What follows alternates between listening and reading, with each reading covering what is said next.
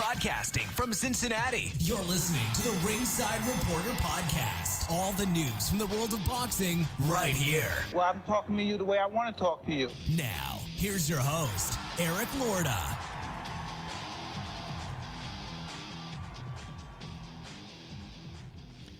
And we are live. Welcome to the Ringside Reporter Show, where we talk about the latest boxing news.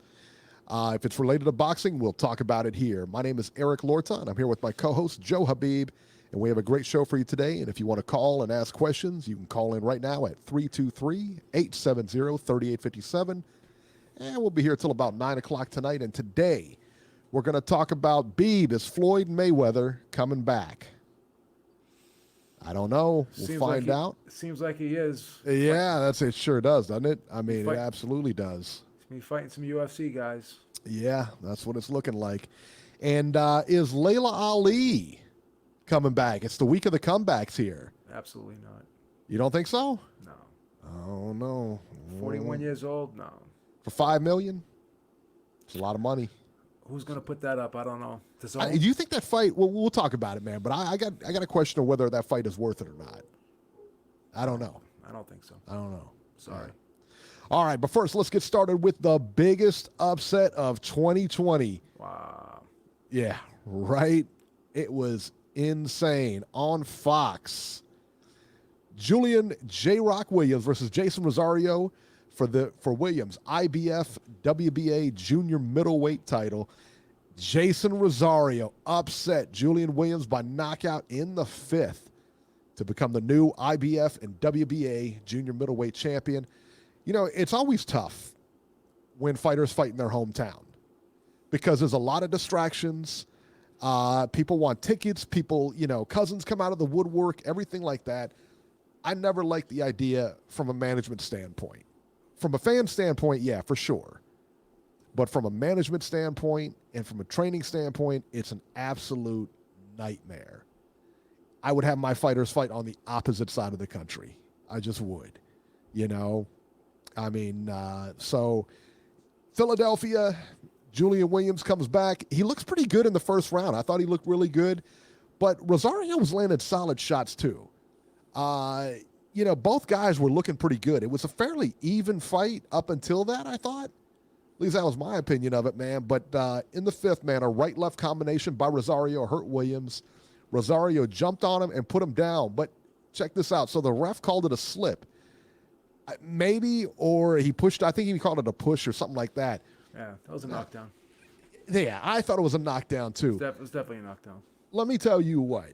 The craziest part about this whole thing is he called it a push. J-Rock couldn't get up. No, he couldn't get up. He couldn't get up, man. And when he got up, you could see he was on sea legs. He was wobbling all over there, man. And, he had a lot of trouble getting up. I mean, he was clearly hurt. Clearly didn't have his legs under him. Rosario jumped on him again with a flurry, and the ref stepped in and stopped the fight. I tell you what, and I read that Beeb told me he was a 12-1 underdog in this fight. Rosario was a big underdog in this fight. This was a huge upset. Nobody saw this coming. I mean, we thought this was this was like a tune-up for J-Rock. I mean, this really was. He was as high as, with certain books, I think he was as high as a 15-1. Now, you said he was, what did you say? He was a 30-1? What I read was a 30-1. But he very well could have been. It depends, Depends on what book. But typically, what book and how you're tuned into the odds, though.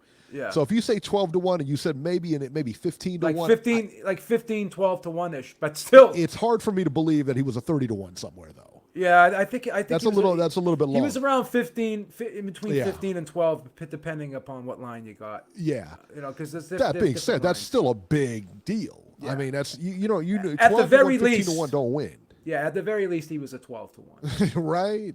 Which is still what in the world? Those long odds. What do you make of this, man? What do you make of J-Rock? I mean, he looked so good in his last fight. I was trying to think of why this happened, and I thought about it more and more, and I watched the fight actually again today. Yeah, because it was really a good fight. Really, I thought both guys were getting it in, man.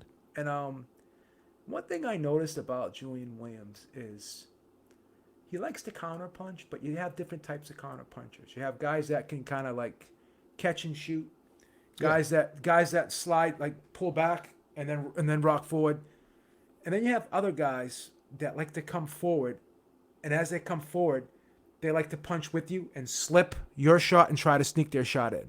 Yeah. And Julian Williams was trying to, throw right-hand counters by slipping Rosario's right hand and then trying to thread his through the needle, basically, through that little space. And what had happened was, I think that Rosario was timing his, that little move that he was doing, slipping off to the side, and he made the adjustment, and he just kind of moved with him and he started picking up on it and moved to that spot before he got there, in other words. So he knew that Williams was going to come forward, try to slip his shot and sneak his through. So what did he do? He waited just a little bit, and he let Williams make that little slip, and then he shot it after. Interesting. Because they both threw right hands at the same time on several occasions, right? Yeah. And you notice that as the fight wore on, Rosario started getting his in. And when Rosario was hitting Williams, as Williams was coming forward, the momentum of Williams coming forward, number one, and number two, Rosario just seemed like he was a bigger, stronger guy. You could see the shots when his shots were landing. Yeah. They were hurting J-Rock. And again, we don't like to score facial damage. No. But his face was jacked up. That was just in that fifth round. That was in one round. Yeah, that was just in that fifth round. So you knew the guy was strong. He was heavy-handed. Yeah, for sure he was. And so that was the case. I just think that Williams has good foot movement. He's a good boxer. What I think he should have done was probably try to to take that half step back and step off to the side a little bit, fight in that little tight circle. Okay? Instead of coming forward and trying to get his off and trying to punch with him, slip and shoot and beat him to the punch. A guy like that, you don't want to try to come forward against. Let that guy come to you. Okay? Let that guy exert the energy. Because he was told in the corner, get inside and rip the body and try to slow him down. Okay, when you do that, you run the risk of staying in that pocket too long. Yeah. And, put yourself in harm's way because you're going to catch some shots in there. Right. Okay?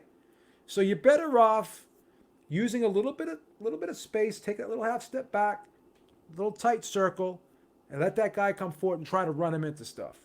That's what he should have done. Because when he was coming forward and hitting this guy and seeing this guy wasn't going anywhere, I mean, this guy, Rosario got hit with some good right hands, and he went like this. Kind of went like that, and he just kept coming forward. Like, they had virtually no effect on him. They weren't slowing him down. Okay? Mm-hmm. So then you say to yourself, guess what? Can't really punch with this guy.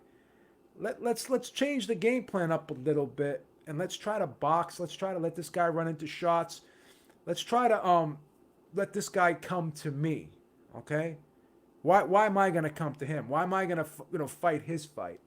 Let me box. Let me move. Let me tie him up. Let me slow this down a little bit. And if I'm going to try to throw that counter right hand, then let him come to it. I'm not going to come to him and try to slip and punch with him and beat him to the punch. Because you're playing a game of chicken with a guy that's bigger and stronger than you. It's like a Mack truck going up against a friggin' Corolla. Right. It ain't gonna work. So you got to kind of give that space, fight tight circle, pivot out, just fight that tight circle. Sort of like what Marquez used to do with Pacquiao. See how Marquez would take that step back, let Pacquiao come to him. You know what I mean? He didn't go to him and try to punch with Pacquiao. He let Pacquiao. He kind of picked up on Pacquiao's attack patterns. He let Pacquiao start it, and then he would catch him on the way in. Right. So that's how you had to fight this fight, I think, if you're Julian Williams. Now, I heard there is a rematch clause, so let's see, if the strategy's different. But once again, I don't know if it was the layoff, because it was a little bit of a layoff, okay? It was 350 days? Was a long layoff. And and Julian Williams is a guy that's used to fighting 2-3 times, and he's not used to having those layoffs, so that could have had an effect. Why was there such a big layoff? I hate to say this, and Heyman gets criticized a lot, and one thing he does get criticized for is, not getting his fighters fights. Now I don't know if we can blame Heyman for this, but this seems to happen with a lot of Heyman fighters. A lot of Heyman fighters. Where they're on the shelf for a long period of time. Yeah. Now, is that because of Heyman not giving them the slots? Is that because not being able to find opponents? Is that because there's no sense of urgency? There's not an assertiveness to get these guys in, a fight and keep them active? Because again, it seems to be a pattern with these Heyman fighters. Yeah. These PBC fighters. Yeah. So, a lot of them are off for long periods of time.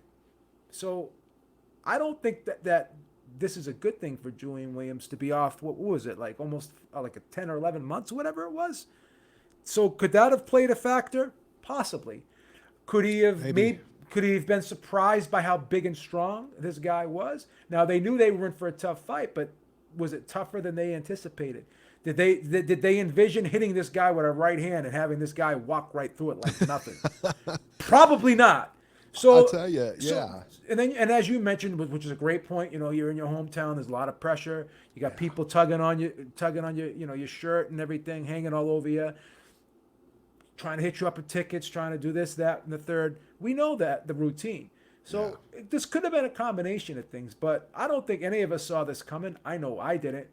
And well, apparently Georgie saw it coming. Georgie said he saw it coming. Well, that's great. Yeah. But him and Corey Lee picked Jason Williams by knockout in the 5th. But back to the real world. Yeah, I mean this guy was just probably bigger and stronger than he thought. And that obviously played a big factor in it. But there is a rematch clause. I believe they are going to exercise it. So we'll see what happens. We will. Again, man, it could have been a perfect storm. We were talking about, and Tiny Tim asked, did Williams underestimate him? I think that's possible. I don't know whether he did or not, but look, the guy let's talk about this perfect storm here. The guy hadn't fought in 350 days. He'd been on the shelf. You're talking about an active fighter here who likes to stay active. So that coupled with the fact that he's in his hometown, couple that with the fact he's fighting a guy that not a lot of people have heard of. This was supposed to be a showcase fight. Yeah. So the matchmaking clearly went awry here. This is a perfect storm for an upset. I really do not like the hometown. I don't like it, man. I don't like when fighters do that. Yeah. It takes a special kind of fighter to zone in, or you know what they can do if they're going to fight in their hometown, train somewhere else. Don't train in your hometown. Train somewhere else and then go back.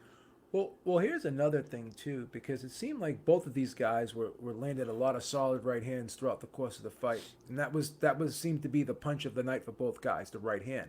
Yeah. So, what happens in that 5th round? Rosario lands a sneak left hook. So that could be another factor, is that he was getting hit with the right hand a lot. So then he started, watching out for the right hand, and then what does Rosario do?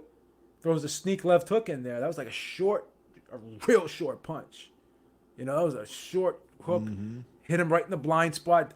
Didn't see it coming at all. Because once again, he's zeroing in on the right hand, looking to slip the right hand, and what happens? Boom, the left hook is there.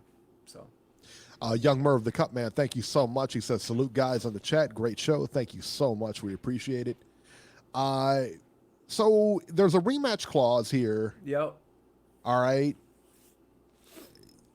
Where does, listen, man, if he doesn't take it, where does this fit in? Do you think he goes straight, Charlo goes right in on him? At 154? I have a hard, because there was an article on Boxing Scene, and it showed, I think he even mentioned it at the post-fight press conference, that he had a rematch clause, and I believe he's going to exercise it. I'm pretty confident he's going to exercise it. They always talk a lot at the, listen, man, what you say at the press conference and what you say at the press conference and what you do after is sometimes two different things. It's tough to ask questions. Obviously, we all like press conferences and like to hear what the fighters say afterwards. Yeah. But it's also a tricky situation, too, because you're asking somebody right in the emotion where they want to fight again, they lost, they did it. There's a lot of emotions going on, win or lose. Yes. you say a lot of crazy things sometimes, and it's one of those things. It's well, let's tough. just say this now. This could be a bad style matchup for him. Very well could be. You look at it. How does he go through Jared Hurt like he does, and then just get washed by this guy? Well, here's the difference. This kid Rosario showed some good boxing skills. Okay, he had some really good boxing skills. He showed some great intelligence in the ring. How creative he was with that jab. That jab was incredible. It was a really good jab. So is this guy for real, Beeb? I mean, is this an upset, or is this guy for real? I didn't know a ton about him, but they said, they anticipated a tough fight. I heard Bredman talking about it, the trainer of J-Rock, and he was saying all along that this was going to be a very hard fight. This guy's very, very tough. Yeah. So I don't think they underestimated him. Maybe he just shocked them with his ability to take the punch that they were throwing, and maybe they were just shocked with how big and strong this guy was. I mean, he looked a lot bigger than J-Rock in that ring. And in fairness, again, man, you two guys, you're throwing hands at each other. Yeah. Sometimes you just get clipped, and it was a close fight up until that 5th round. It was even. And he got clipped. Oh, absolutely. It was even. Everyone had it even. Absolutely. Everyone's scorecard had the fight even up at the point of stops. But you could see the difference in J-Rock when he was getting hit as opposed to Rosario getting hit by J-Rock. You could just see the difference in punching. And then you could see how Rosario started imposing his will a little bit and pushing J-Rock back. J-Rock was getting forced back, and he was getting pushed out of position because of the strength and the size and just the overall dogged determination of this very, very tough fighter in Rosario. Right. Really, really solid guy.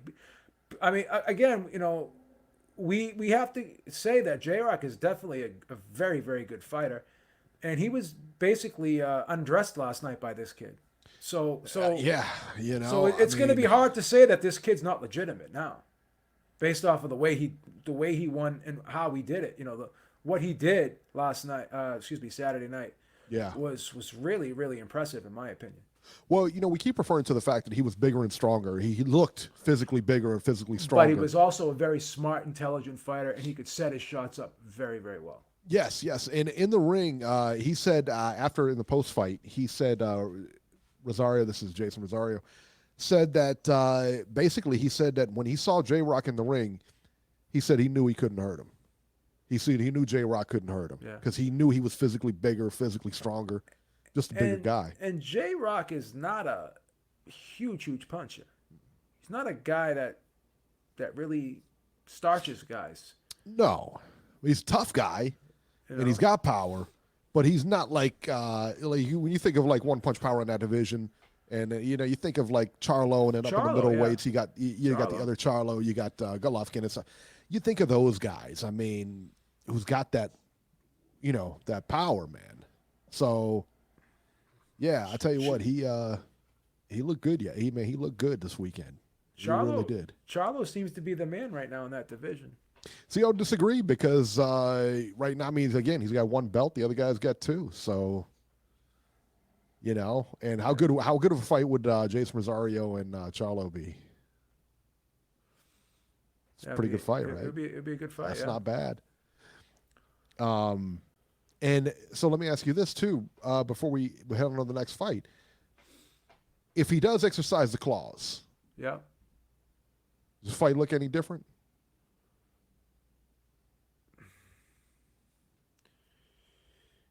No. You know what this fight reminds me of? Vosdik, Better Beef. Like Better Beef and Vosdik could probably fight 10 times. And he gets caught every time. Could you envision Vosdik ever beating Better Beef? Nah, he was just too big, man. Just too big and too strong. He just, he may hang in there for some rounds and make it a fight, but Better Beef just has that ability to wear you down. So in my opinion, some guys just got that. Yeah, Rosario, I think, will just always wear J-Rock down Yeah. As the fight goes on. In other words, as the fight goes on, it'll be worse and worse for J-Rock. It really will. Yeah.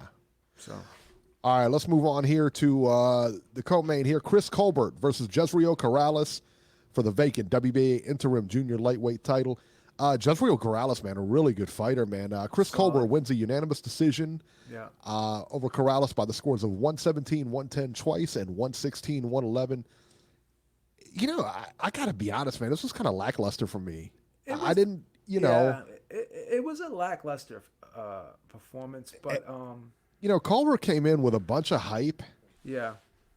And, you know, they were talking about him like being a potential PBC Rookie of the Year. I know Spencer got that or whatever they call it. Prospect of the Year, yeah. Or Prospect of the Year, Prospect of the Year.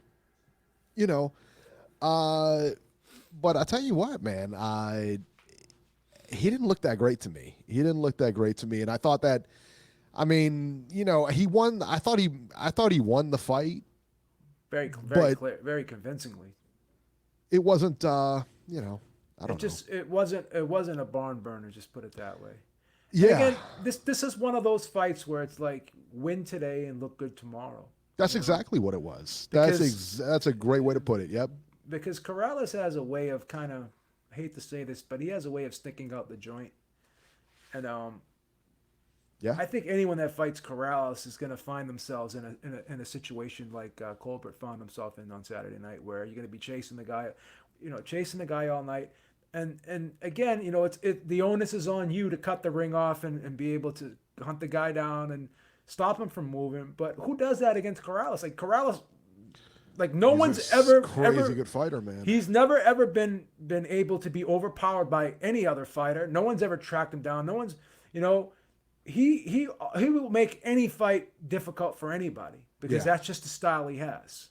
Right. So that's why I cut Colbert some slack here, because he's getting a lot of criticism on the way he fought, and I thought he fought a solid fight. You know, the thing is you know, you got a guy in there who's got a lot of awkward movement, a lot of herky jerkiness. He's a southpaw, so it's kind of hard to line everything up perfectly and you know, not be off balance and not get yourself caught out of position. So I just think that, you know, he didn't want to take any unnecessary chances. He didn't want to get himself caught out of position. He didn't want to put himself in a situation where, you know, something bad could happen. And again, because Corrales is a solid fighter, he can punch a little bit too. So you got to be on your P's and Q's with this kid. Yeah, it's a tough fight. It is a tough fight for Colbert. I just expected more out of him. You know, I mean, that's the thing. I mean, if you're wondering what we're laughing about, look at the screen. Georgie Porgy says somebody get Beeb mad. Beeb is being basically too calm lately. I'm in a different place. I told everybody my New Year's resolution was going to just be a nicer person. Okay, right. I'm 50 years old. I got a colonoscopy scheduled for February 3rd. I mean, I'm turning the corner here.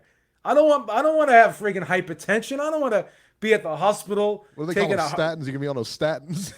That ain't happening, buddy. Because I like the wood. Those things kill the wood. But I like the wood. But I mean, I'm turning the corner here. I'm transitioning into the second half of my life here. I'm half a century old. So I mean, you know, half 100. I'm trying to. Yeah, why don't you live a nice, calm, cool, relaxed life? Yeah, why don't you leave the Beeb alone? What's the matter with you? Let him look forward to his colonoscopy on the 3rd. You know, listen, it's all good. I mean, everyone used to bitch at me. Oh, Beeb, why you get so upset? Blah, blah, blah, blah. Now, like, I just can't win. Oh well. I heard that thing looks like a sewer pipe too. That's what I heard. I don't know nothing about it. You're gonna be getting yours pretty soon too. So don't, you know. No, I actually heard it's not really that bad, to be honest with you.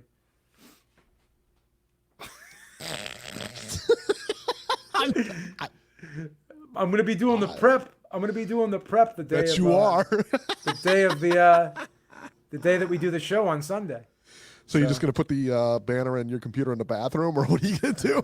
I don't know. Probably have the laptop on my lap when I'm on the toilet.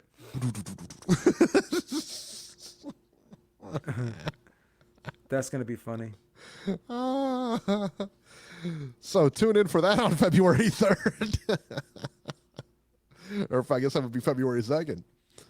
All right, let's move ahead here. So Joey Spencer, the actual PBC prospect of the year, all right, versus Eric Spring, 6 rounds, middleweights. Joey Spencer beats Eric Spring by unanimous decision by the scores of 60-54 on all cards. You know, Spencer is only 19 years old, man. We've seen him fight before. He's definitely solid. That being said, I didn't like the way he fought here. I would like to see Spencer do more attacking and punching. He seemed to be content with laying back and looking for counters. Spencer won every round. Don't get me wrong here, man. Spencer won every round.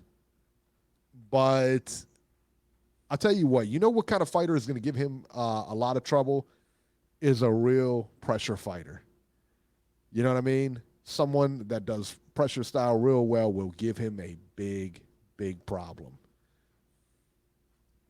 Yeah, JC says he's another hype job. I don't know. And couldn't KO kickboxer. I don't know. I mean, and that guy was 13-3 that he fought. I mean, so he wasn't a bad fighter. I mean, he's been in there before. But I tell you what, man, he just, to me, he didn't look that great. He was waiting too much. He didn't throw a lot of punches. He just looked like he had an off night, you know. JC hits it on the head here. He says Mexican style. Let me tell you what, if you get somebody in there, like I said, a Mexican style fighter, he's going to beat him. He's going to beat him. And I don't know, I'll be honest with you, man. He's 19 and everything. I get it. You know, clearly there's room for improvement, but how much can you switch that style around? You know what I mean? How much can you switch that style around? Because he's a pro now, he's 19. It's tough. It's going to be tough for him to get that style switched up and throw more punches when you're used to being a counter puncher because he doesn't want to get hit.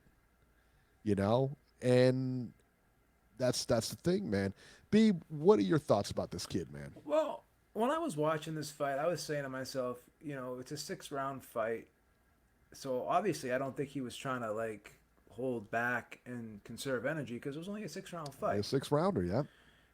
So then I said to myself, well, maybe, you know, Spencer wants to go some rounds here, try. You know, when you're in there with a guy that you feel isn't really a threat, then you say to yourself, let me try some new things in this fight. Let me try to box a little bit. Let me work on some things. But then after the fight, he was kind of critical of his own performance, and he was asking, you know, Lennox Lewis and who's the Joe Goosen, you know, how did I do? You know, how did I look? So he was a little bit insecure about his own performance. He wasn't happy about it. It seemed because he was asking for you know, if you know you did good, you're not going to ask everyone, you know, ask people at ringside how did I look? Who's his trainer? Is that his father? I'm not sure. I thought it was like his father or something. Yeah. I could be wrong. I don't know. So I couldn't figure this out, to be honest with you. I mean, I was expecting him to kind of walk through this guy. It didn't happen, and he was a little bit disappointed with how the fight played out himself. So I don't know. Is maybe he just not that guy, or is there a lot of hype around him? Is he being pushed? Can he live up to, you know, these expectations? I don't know. I'm gonna give him the benefit of the doubt. And, you know, I'm going to continue to watch him and continue to follow him and see if he improves, because he's still a young kid. He can get better. He's not a bad fighter. He moves very well. He's a fluid combination puncher, and he's got good defense, good balance. Looks pretty well schooled. Looks like he had a good amateur background. He has a good pedigree. So I'm just gonna, you know, continue to watch him, like I said, and we'll see how this whole thing plays out in the future, because I'm not going to write him off based upon what I saw on Saturday. No, for sure no, because he's definitely solid. He's solid fighter. 100%. So, but again, you know, it was one of those performances that you did have your head, you know, you did leave you with your head scratching a little bit. You have to be honest about that. Yeah, absolutely. That's the thing, man. I don't, I don't quite know where this guy's going. You know, Logan Wolf says after the colonoscopy, Beeb will be a great analist of boxing. There you go. Okay. That might have been the tweet of the night. Good one, Logan. Touche. Oh my goodness. All right, let's talk about the other fight of the weekend, man. This was interesting, man. Eleider Alvarez versus Michael Seals. Alvarez wins by knockout. Vicious knockout. So we had the upset of the year already, and I think we may have had the KO of the year. He KO'd Michael Seals in the 7th round. This was a good fight. Both fighters look good in spots, man. In the 7th round, Alvarez hit Seals with a right hand, and it was just a picture-perfect right hand, and put him out. I mean, when I say out, he was sleeping. Michael Seals' shoulders hit the ropes, hit the bottom rope because he just collapsed, and he was just sprawled out on the ropes. His eyes were completely closed. When he got back up, he didn't look like he knew where he was. I would have liked to seen the scorecards, and I wasn't scoring the fight, but I tell you what, I would have really liked to seen the scorecards prior to, or before that 7th round or whatever. I think that I wonder if it was I wonder how the judges had it, because to me, I thought that it was a closer fight. It was a closer fight. I thought it could have went either way, but I'd be real curious to see where those judges were leaning. Yeah, it was competitive in spots, but once again, you kind of did see Alvarez come on a little bit in this fight too, as the rounds were playing out. What a Seals, like 37 or something like that? I think Seals is like 37 or something. I mean, yeah. So okay. Not a total shocker, but I mean that knockout was ridiculous. The boxing scene scorecard only gave Seals the 4th round. I don't know. I thought Seals maybe could have got he may have won two rounds possibly, but I kind of thought Alvarez. See, Alvarez was doing that as well. He was doing that, coming forward, trying to slip, and he was leaning. He was throwing a lot of feint, and he was leaning off to the side as he was throwing that right hand, trying to slip and beat Seals to the right hand. He's doing the similar thing that J-Rock was doing, but his right hand's a lot harder than J-Rock's. That was the difference. And again, Alvarez is that type of guy too, where he's a little bit crafty with that right hand, because he doesn't like Pascal. We talked about Pascal throwing it sidearm. Now he doesn't necessarily do what Pascal does, but he opens it up just a little bit. So if you're looking straight ahead, okay, and he's dipping like this, kind of throwing you that feint, so he's forcing you to lean that way, okay, and he opens that right hand up just a little bit, and your eyes are like over here, and the right hand's here, and it's because if you throw the right hand straight, it'll be in his line of sight. Right. But if you open it up a little bit, so if you watch what Alvarez threw that, he did that little dip, the feint, and he opened it up a little bit, and then he was like, shroom, come like just a little bit of an arc to that punch. Yeah, that's what it was like, almost like an overhand right, but not quite. It was an overhand, but it was kind of like a real short. So it's like this overhand, short overhand where you open it up. So we have a term in boxing. It's like you open the book. Well, he cracked the book open. He didn't open the book. He cracked it open, and then he went boom. Because you like trainer will tell you, okay, open up the book. So you open up like that, and then you come over the top like that, just like boom. He's like, he throws it like this, and he's like, kind of like that, and it just a little bit off to the side. That right hand was coming from an angle, and then couple that up with the fact that he had that little feint, and he leaned to that side, getting Seals to lean to that side and looking in that direction. Yeah. So he totally hit him with a blind. He did not see that right hand at all. Not at all. I mean, it was complete. And, man, I'll tell you what, Alvarez can crack. And you can tell he didn't see that punch at all. No, he didn't see it at all. He was looking the other way. He was looking one way, that punch came from the other way. He was done. And you have to credit Alvarez for the way he set that punch up with the little, the little feint, the little lean to that little dip to that side, and the way he just opened it up a little bit. Boom, you know. So just like Pascal, he has a very sneaky, crafty way of uncorking that right hand, and it's hard. It's hard to kind of get a read on it if you're an opponent. It's really hard to figure that out. Right. It's tough, man. I mean, okay, so Seals, he's 37. You don't want to predict the future, but, let's say his options are very limited right now. Well, I think that's pretty fair. To quote an old alumni on the show, Seals just may have to find something else to do. Wow. I mean, I don't want to tell another man what to do, right? How to handle his business, but he was fighting well. But he's 37. I don't know. He's 37. Man. I mean, like I said, maybe 1 or 2 rounds he may have sneaked in there, but I don't think he was winning the fight. But No. But again,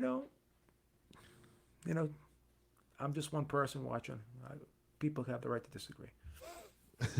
My cards aren't always, the end all be all. To quote an alumni on the show. Yeah, his options, to me, his options are very limited. And I don't know if he retires after this or not. He maybe, I don't know. Yeah. But as far as him getting a big fight, that's a tough one. Because the bottom line, this is a big fight for him. This is a lighter Alvarez, man. Former champion, everything. I mean, Here's an interesting question for you, and I'm sure you heard this after the fight. They were talking about him fighting possibly Joe Smith. How does that fight play out? Wow, that is a solid fight, right? Yeah. Both of the guys can crack. That's like a can't miss fight. That's a fight that's a can't miss fight, right? It's impossible to be boring. No, that is a can't miss fight, man. It most certainly is a can't miss fight. And listen, man, if Joe Smith beats him, Joe Smith's got to be in line, right? He's got to go from gatekeeper. He's got to go. He's got to be in line, right? Yeah. Can you imagine? You think Joe Smith could ever be world champion? I think on any given night, you make one mistake against Joe Smith, it's night. It's lights out. That's the thing. I didn't think like Joe Smith. He's got a lot of talent. Clearly one of the best boxers in the world. But is he at that championship level? Yeah. I don't know. I don't know. He's fought some guys. He's fought some really good guys. Gave Bivol a tough fight. Yeah, he did. He absolutely did. And he's going to keep coming, And you got to wonder, with the training and everything, does he turn that corner? But he still works. Doesn't he still work a regular job? Yeah. I don't know if that's good or bad. Because I think he's right on the doorstep. He's in a union, man. It's a brother. Can't let that go. You know what I mean? It's a brotherhood, man. You got a pension, you got life, you got freaking health insurance for the rest of your life. You can't let that go. Can't let that go. Ain't no insurance in boxing, I'll tell you that. I mean, even if you work a couple days a week, got a lot of vacation time, a lot of sick time. You can manage it out pretty well. I can figure it out. Yeah, right. I mean, I work for the city. I mean, I'm not going to say, I'm not killing myself. Don't tell the mayor that. But, I'm not killing myself. You know how it is. Union job. But I wonder maybe if he took a leave of absence, doesn't necessarily leave his brothers behind, but if he took a leave of absence and trained, had a full training camp and everything like that, I'm sure the Brotherhood would allow it. I'm sure they would. I mean, would that be one of those things where he can kind of, can he get better in that sense to a championship level if he does that? I don't know. Yeah. I don't know. Yeah. Because typically when you have a job and you train at night or whatever, or whenever you train, it's different. You know what I mean? You're not there yet. But once he starts to get to that championship level, that's a whole different animal, man. Those guys, that's all they do. This is what they live. They don't have another job. They don't have a 9 to 5. And you may think that keeps you hungry, and maybe it does, But these guys are hungry too, and they're doing it 24/7. Well, who's his promoter? Does he have a promoter? Oh, Joey DeGuardia. That's right. DeGuardia? Yeah, DeGuardia is his promoter. That's correct. I'm sorry. I do know the answer to that question. So, I mean, I wonder. I don't think he's making a ton of money if DeGuardia is his promoter. No disrespect, but I mean, I just no. You know, he's getting it's amazing that he's able to get the fights that he gets too, because why, a lot of, if you're on the come up, do you really want to fight a guy like Joe Smith? Yeah, that's true. But again, he's ranked though too, so credit to himself. You bring up a real good point. I bet he makes more money in his job than he does boxing. Yeah, well, no question. I bet you any money he does. Maybe. If not, they're real close. I would imagine. If not, they're probably pretty close. Yeah, because I don't know what they're paying him. I don't know what they're paying him either, but it's not like I know it's. I don't think it's crazy, Jack. I mean, I could be way off base. It's tough in boxing if you're not the ace. It's tough in boxing. Yeah, when you're on the short end of the short end of the stick, man, it's tough. It's funny. Everybody thinks that if you're on TV, you must be a millionaire. Listen, that ain't the case, son. I knew this guy in Somerville. His name was Franco Diorio. He fought Hector Camacho on USA Tuesday Night Fights. Oh, for real? Yeah. Guess how much he made for that fight? 2,500. Close, 3,000. Very close. He didn't beat Camacho. I know that, but I mean, guess how much Camacho made? I think it made like 250,000 or something like that. What? Yeah. Jesus.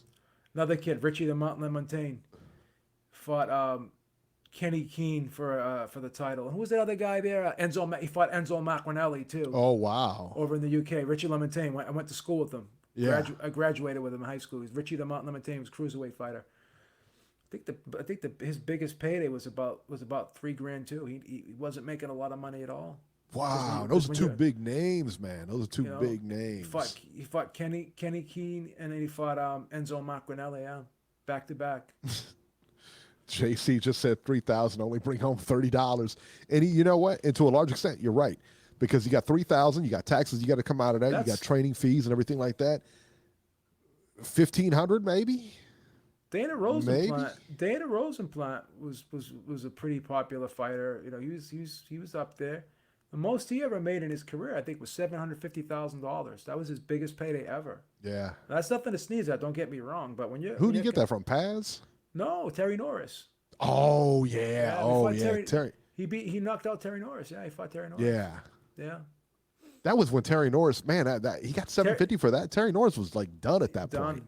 Credit Joe Lake. Joe Lake got it for him. Yeah. Yeah, he was completely finished at that point. You know what he does now? He's a mortgage banker now. Who, Rosenblatt? Yeah, he's got a really good job. Yeah.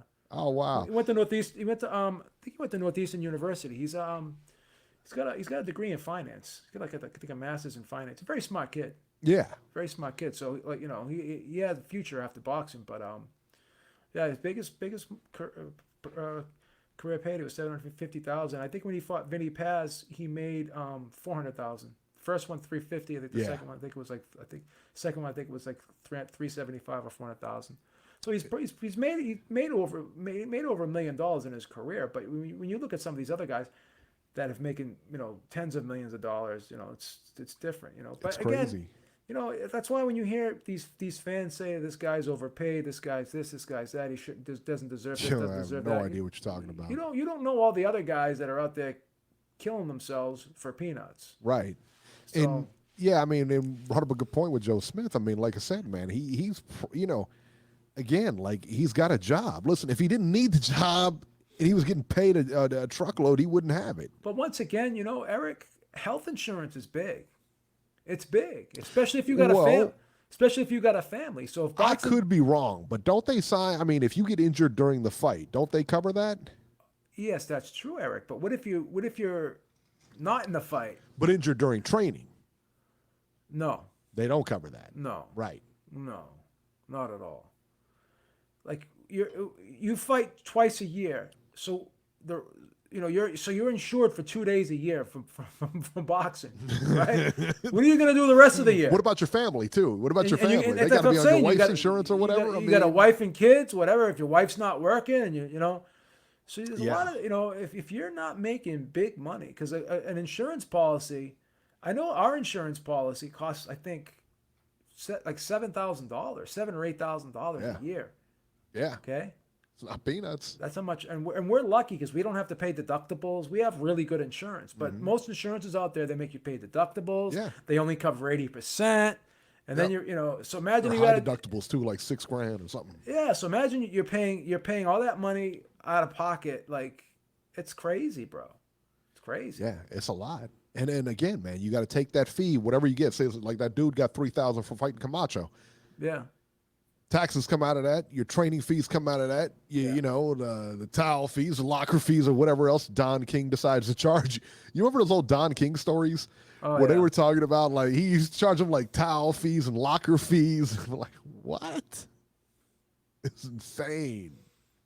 Don King was crazy, man. Don King, animal son, best promoter ever. Crazy. All right, Felix Verdejo on the undercard here versus Manuel Rey Rojas. 10 rounds, lightweights. Verdejo in the win column here. Unanimous decision over Rojas. 99-91, 98-92, and 97-93. I'll be honest with you, man. I don't know how good Felix Verdejo is. He was the kind of the next up-and-coming thing for Puerto Rico. I think, though, his time is probably past. I think that accident, that motorcycle accident, that hurt him, man. It's tough. That hurt him. It's tough. So what are you going to do? What are you going to do? Let's see here. Now, let's go to Showbox here. This is, Showbox had Vladimir Shishkin versus Ulysses Sierra. I didn't catch this fight. Shishkin wins a unanimous decision over Sierra by the scores of 100-90 and 99-91 twice. Pretty much a whitewash here. Nothing real exciting here. But now that co-main here, Shojahan Ergashev versus Adrian Australia. I did catch this one, and this was crazy. Ergashev needed only 92 seconds to beat Australia. It was one of the most vicious body shots you'll ever see. If you didn't see it, go YouTube it. It's sick. Estrella said of the body shot after the fight, he just punched me very hard in the stomach and I was paralyzed on the canvas. I tried to stand up, but I couldn't. I couldn't even hear the referee counting. I couldn't hear anything. I couldn't move. And you know what? It wasn't a liver shot. I watched this and it looked like it was on it looked like it was too like it was in the stomach area, but it looked like it was like to the left of his stomach. You know what I mean? And it was just like a belly shot, like an off-center belly shot. That kid dropped and you could see him. I mean, you could see the pain on his face and he looked like he was just you look at him like, what's wrong with this dude? I mean, like, it was that bad where you look at him and like, wow, he was in pain. It was bananas, huh? It really 92 seconds. 92 seconds, Ergashev dropped him. Now, we've heard a lot of good things about Ergashev. We've seen him a couple of times. So hopefully he's on Showbox, so it's early in his career. Showbox has been on for how long now? I heard, like, how long have they been doing this now? They've been doing it a while. At least 10 years, no?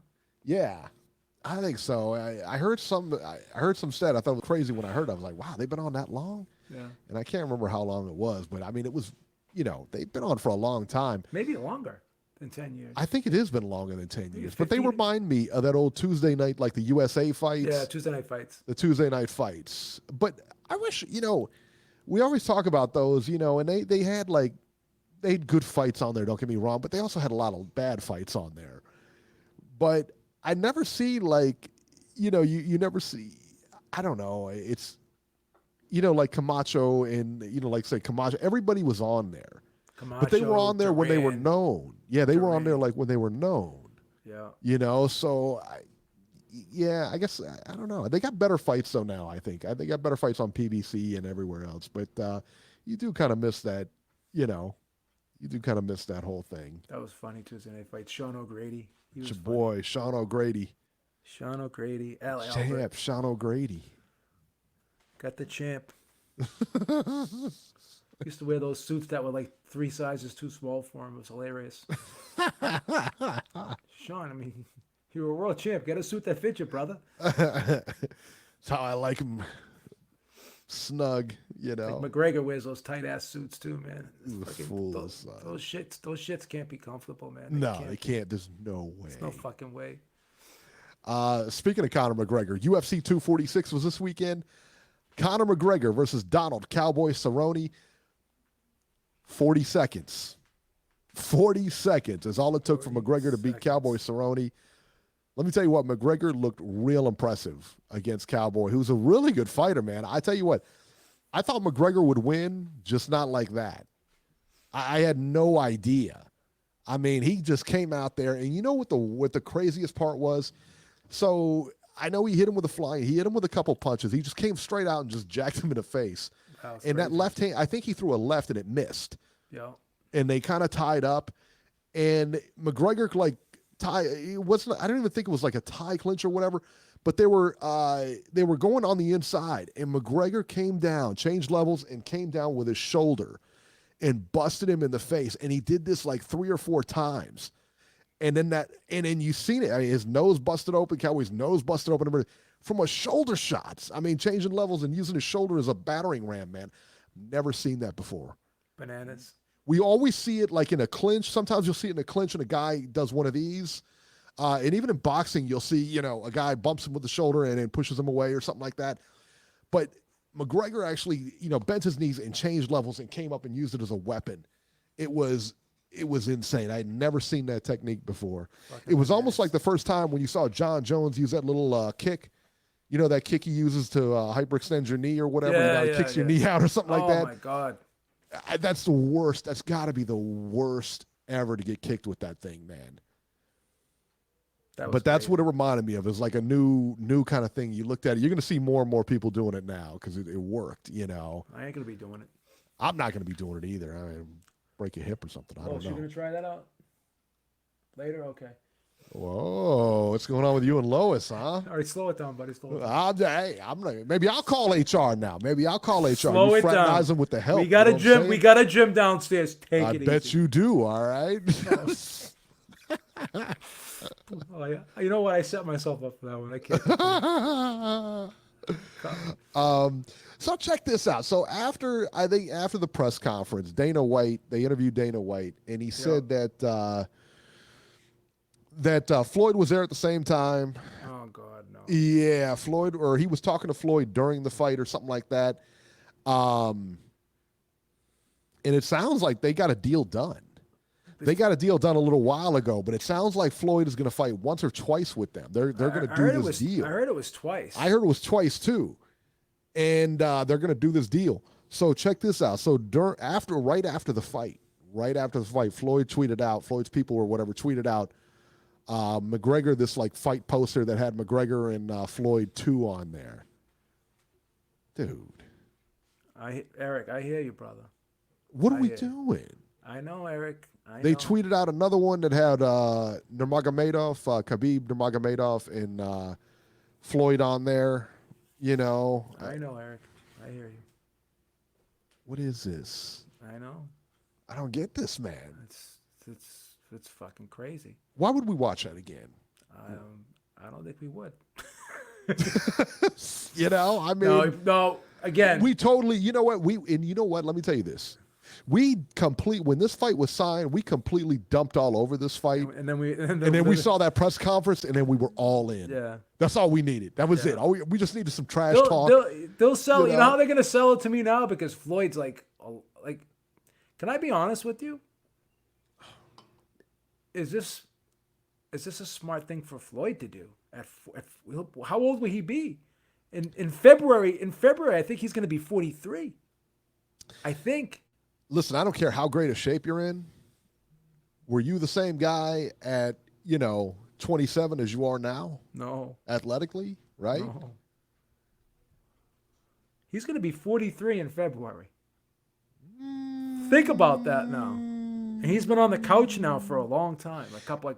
And let me tell you what, man, both McGregor or Khabib, I'd give more leverage to McGregor, man. Yeah. They can both fight, and they're both active, and they're both like, they're both really athletic. I don't know, man. And here's the thing, too. That tension fight took a lot out of Floyd. You don't know how much Tension, man, that guy. that pushed him to the brink. That guy can hit, man. Tension's a good fighter. And that was no cupcake for Floyd. That was no cakewalk for Floyd. He went life and death with tension. Did you see after the Floyd Mayweather, did you ever find yourself saying, you know what, I bet I could have beat tension? I bet I could have went in there and stripped him in a boxing ring. You know what I'm saying? Give me attention. Give me your lunch money, son. Maybe you didn't hear the Beeb. He said, give me your lunch money, son. Oh, God. So it looks like we're headed down that road again, man. Oh, my God. Isn't that nuts? Yeah. How bananas is that? It's crazy, right? I mean, That is off the chain. that we're bro. talking about Floyd Mayweather fighting. So let me ask you this. What, I mean, because you mentioned his age. At 43, his skills is pretty diminished now. I mean, I would think that they've got to be somewhat diminished. He can't get in there against a serious threat. No. I mean, he couldn't get in there. I don't know. I'll be honest, man. I don't know that you put him in there with anybody in the top 10 and he comes out of it. No. I don't think so, man. I really don't. I mean, I'm talking Keith Thurman and all those other guys. Danny Garcia, I don't think he beats any of them guys. No. Not now. He ain't fighting any of them guys anyways. He's going to be fighting UFC fighters. You think he fights Pacquiao? I don't think so. That's a bad fight for him. I don't think so. Pacquiao looked good against Thurman. Thurman looked good in spots against Pacquiao too. Yeah, but we have to. You made a good point though. Pacquiao did get hit with a lot of right hands. He did. He got hit with a. But he always does, and he always did. So, yeah. No, I hear what you're saying. I totally hear what you're saying. I think I don't know, man. I don't know. So he fights twice. Do you think it's just two UFC dudes he fights? Yeah. Yeah, I bet he fights Two UFC dudes. Conor and Khabib or something maybe. I don't know. That's all. The only thing, if they did it, what would make it interesting if they did it with gloves. If they did it with UFC gloves. That would make it interesting. That would never happen. You know why? Floyd saw what happened to Paulie. Ain't gonna have it. He saw what happened with Paulie Malignaggi. And again. And Paulie should have walked through that dude, man. And we kept saying this all along, right? We kept saying this all along. Like, Paulie is going to break his fucking hand. Paulie's going to break his fucking hand. And what does he do? He breaks his fucking hand. And even he said, basically, everyone kept telling me I was going to break my hand. And they were right. I broke my hand. It's like, if you're breaking your hands with fucking 10-ounce or 10-ounce gloves. It just stands to reason, right? And 8-ounce gloves. And then you're going to take the glove 4 off. 4 ounces. Yeah, you got 4-ounce No, gloves he in had there. no gloves on, bro. They just had fucking wraps on their hands, dude. They had no. Is that how they do it now? That was bare. That was bare knuckle boxing. Yeah, that's right. They had That's right. I don't even know. Did they even have wraps on, or did they? I think. Yeah, they have to put something on. They have to put something on for the commission wise. I think they had wraps on. Okay. Yeah, commission wise, they have to put something on. Okay, so fucking, if you're breaking your hand with 10-ounce gloves and 8-ounce gloves, what are you gonna do with no gloves, dude? Well, and the thing is, I remember the thing that really stands out to me was that interview we did with Bobby Gunn, and he was talking about the bare knuckles, and he said that there's different ways to throw punches when you do it bare knuckles, because it's a completely different sport. It looks like the same sport. It's not the same sport. No. Could you transition into it and be successful? Maybe, but look at Bobby Gunn, man. He's unbeaten in bare knuckle fights. Unbeaten. He had over 100 of them. He's unbeaten. He's got the same belt James Sullivan wore. He's unbeaten in bare knuckle fights. I didn't know that. Yeah. He's unbeaten. in bare knuckle fights. And when you track that lineage down, it goes right down to Sullivan. All right. The guy was a boxer. You know, obviously we all know he was boxed Roy Jones. He boxed a who's who of fighters. And he came up short against all the big name guys. He gave him tough fights and he fought them all, but he always came up short in the boxing ring. But he goes to bare knuckles and just dominates. Yeah. And there's good fighters out there. It's a Yeah. different sport. Different sport. 100%. Different sport, man. So Floyd with those 4-ounce gloves, that's not happening. no, well, he would claim that, like I said, man, he couldn't. He wouldn't even fight Maidana wouldn't let Maidana wear fucking the gloves he wanted to wear. You think he's gonna let these guys fight him with 4-ounce gloves? No fucking way. Yeah. No way. And Dale in Chi-Town says just wrap some BKB. He's right. All right, so let's talk about the upcoming fights here. Let's see here. Let's see what we got on the docket here. Thursday. I think it's Thursday. Wednesday or Thursday, the 23rd. I think the 25th is Saturday. This will make it Thursday. From Costa Mesa, California. DAZN and RingTV.com. Jason Quigley versus Oscar Cortez, 10 rounds middleweights. It's got to be a Golden Boy special. Ferdinand Karabayan versus Azel Cozio. Get out of here. This is on DAZN. This is what they want to charge $50 a month for. This is what Eddie Hearn wants. I'm sorry. I had to pee on Eddie Hearn, man. What's wrong with that guy? Oh. What is that? What is that, Thursday? That's the Thursday card you're putting together for $50 a month? That's what you want to do? $50 a month? Come on, son. Get it together over there. Ain't gonna work. It ain't gonna work. January 25th, Saturday in New York on Showtime. Danny Garcia returns versus Ivan Redcash. 12 rounds, welterweights for the WBC. It's a WBC welterweight eliminator. On the undercard, Jarrett Hurd versus friend of the show, Francisco Santana. 10 rounds, junior middleweights. And let's see what else we got here.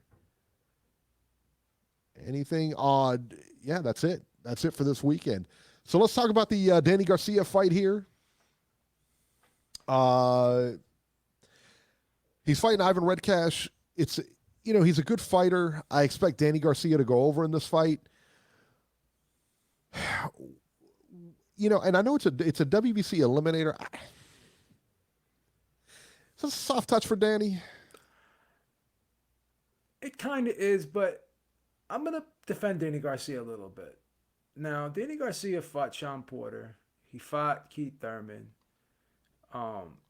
He wanted to fight Errol Spence, and if Errol Spence didn't get into the car accident, he probably would have fought Errol Spence. He fought the who's who, fought Lamont Peterson, fought Matisse, fought everybody that was perceived to be a very, very tough fight. Okay? So every now and then he has these stay busy fights and people shit all over him. But again, Ron Salk. Yeah, and I get it, but I do too. But again, you gotta cut the guy some slack because he always does fight the best. But he doesn't fight that often, I don't think. But, and maybe I'm wrong on that. I mean, if we look at the box again, maybe I'm wrong, but it doesn't appear that he fights a lot. Once again, it's this Heyman PBC type thing where. But I think he's okay with that.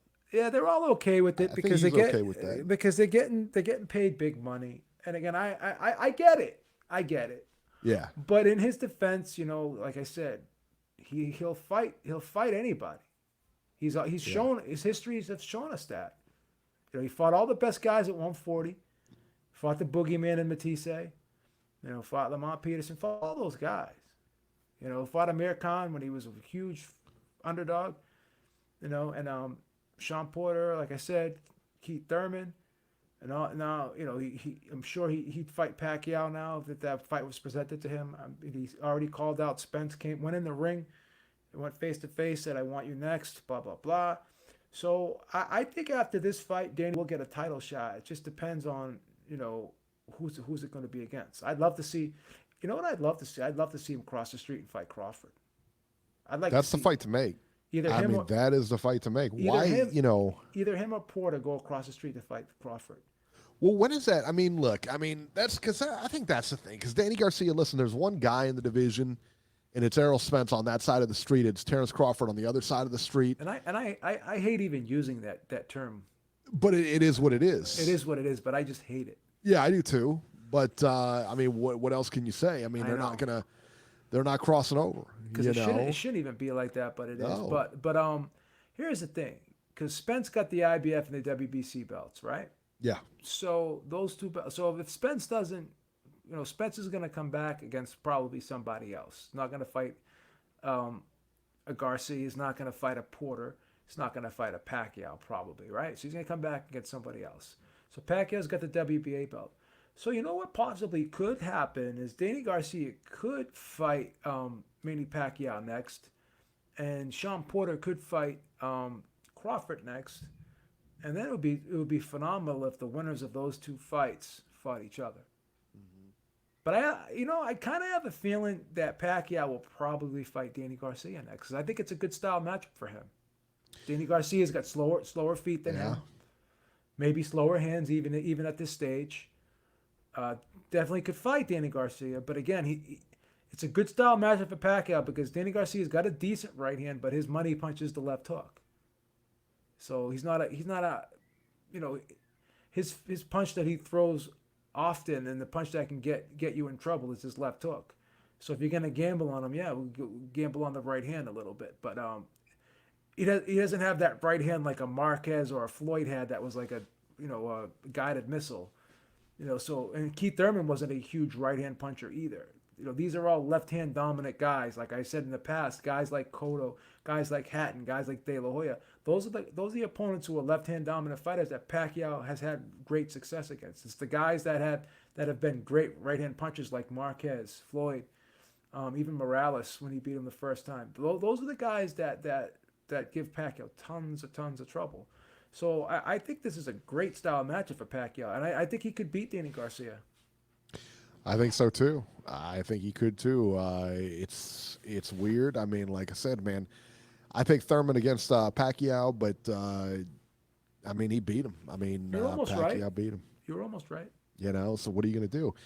And so clearly he's still got something. I mean, I don't know what he has over these guys. I don't know if they get intimidated. I don't know. And maybe he's just that good. But where does Pacquiao go? I mean, that's the thing is like, where does Pacquiao go? He's gonna be real selective on who he fights because, again, he's not fighting Crawford. He's not going to fight Spence. I mean, when was his last fight, Pacquiao's? When was that Thurman fight? I don't know. Let me see. Let me look that up because seems like Pacquiao's been away for a while too.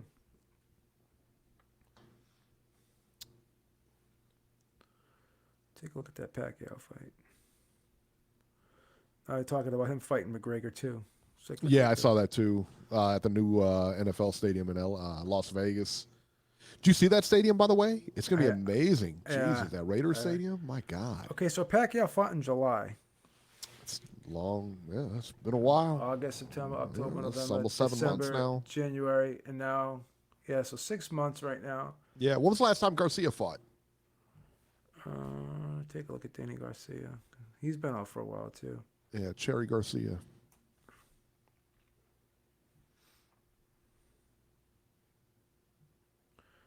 Oh, so Danny Garcia wants Manny Pacquiao. Take a look at when Danny Garcia fought last. Yeah, he fought in April of last year. So he's been out a while. April to May, June, July. April of last year.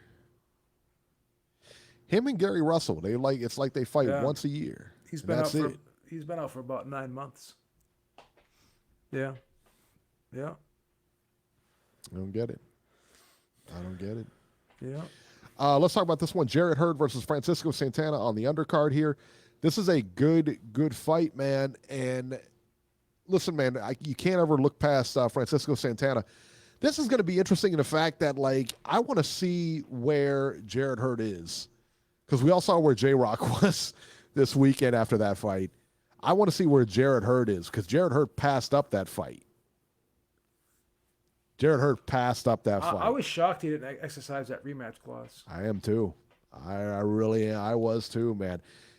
So what does that tell you? The fact that he said, you know what, I'm just not ready for it, or for whatever reason, I'm not going to do it. And now he's fighting Francisco Santana, who's no pushover, man. He's a good fighter, and he's a solid fighter. This could be the biggest win in Santana's career, man, if he pulls it off. But what do you think? I mean, what are your thoughts on that? I mean, because, listen, man, when you lose and you don't want that rematch, I don't know. I was surprised. He didn't take the rematch. To be perfectly honest with you, I was very shocked. He didn't take the rematch.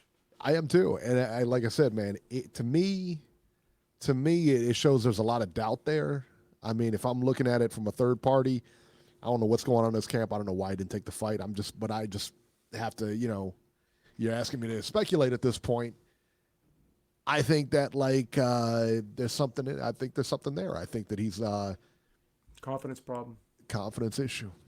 It's got to be. What else could it be? Yeah, what else could it be? It's a confidence problem. And this is a confidence fight. This is supposed to be a confidence fight for him. May not turn out to be that way, but it's a confidence fight for him. Yeah. Georgie says 508. I'm going in. Georgie, I don't see you on the board, so gonna have to hit one or call in or do something, man. I don't know. All right, let's go to the news and rumors. The train wreck of the week, Beeb. Beeb, your boy, Tyson Fury. Beeb, you are England's adopted son. I certainly am. That means you are responsible for Tyson Fury and his actions. I love Tyson Fury. Tyson Fury was at a press conference this week. Oh, I know what you're going to say. And Tyson Fury was asked at the press conference what he's doing to prepare for the Wilder rematch. Oh, no. He said the following, quote, Oh, no. I masturbate 7 times a day. Oh, no. 7 times to keep my testosterone pumping.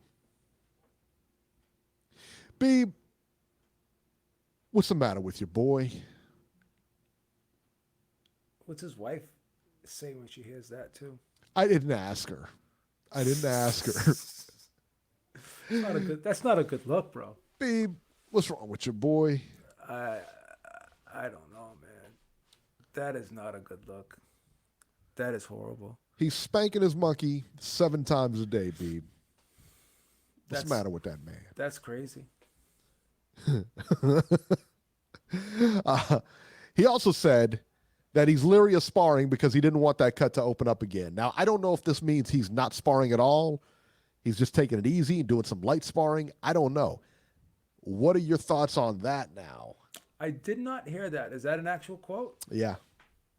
That's not a good thing to say. Yeah, he said he basically, it was not a quote. He said he's leery of sparring. That's what he said. I didn't get the actual quote, but he said he was leery of sparring. Yeah, that's not a good thing. You don't want to be leery. Not going up against this guy. No. No, you need sparring. Sparring is very important for a fight of this magnitude.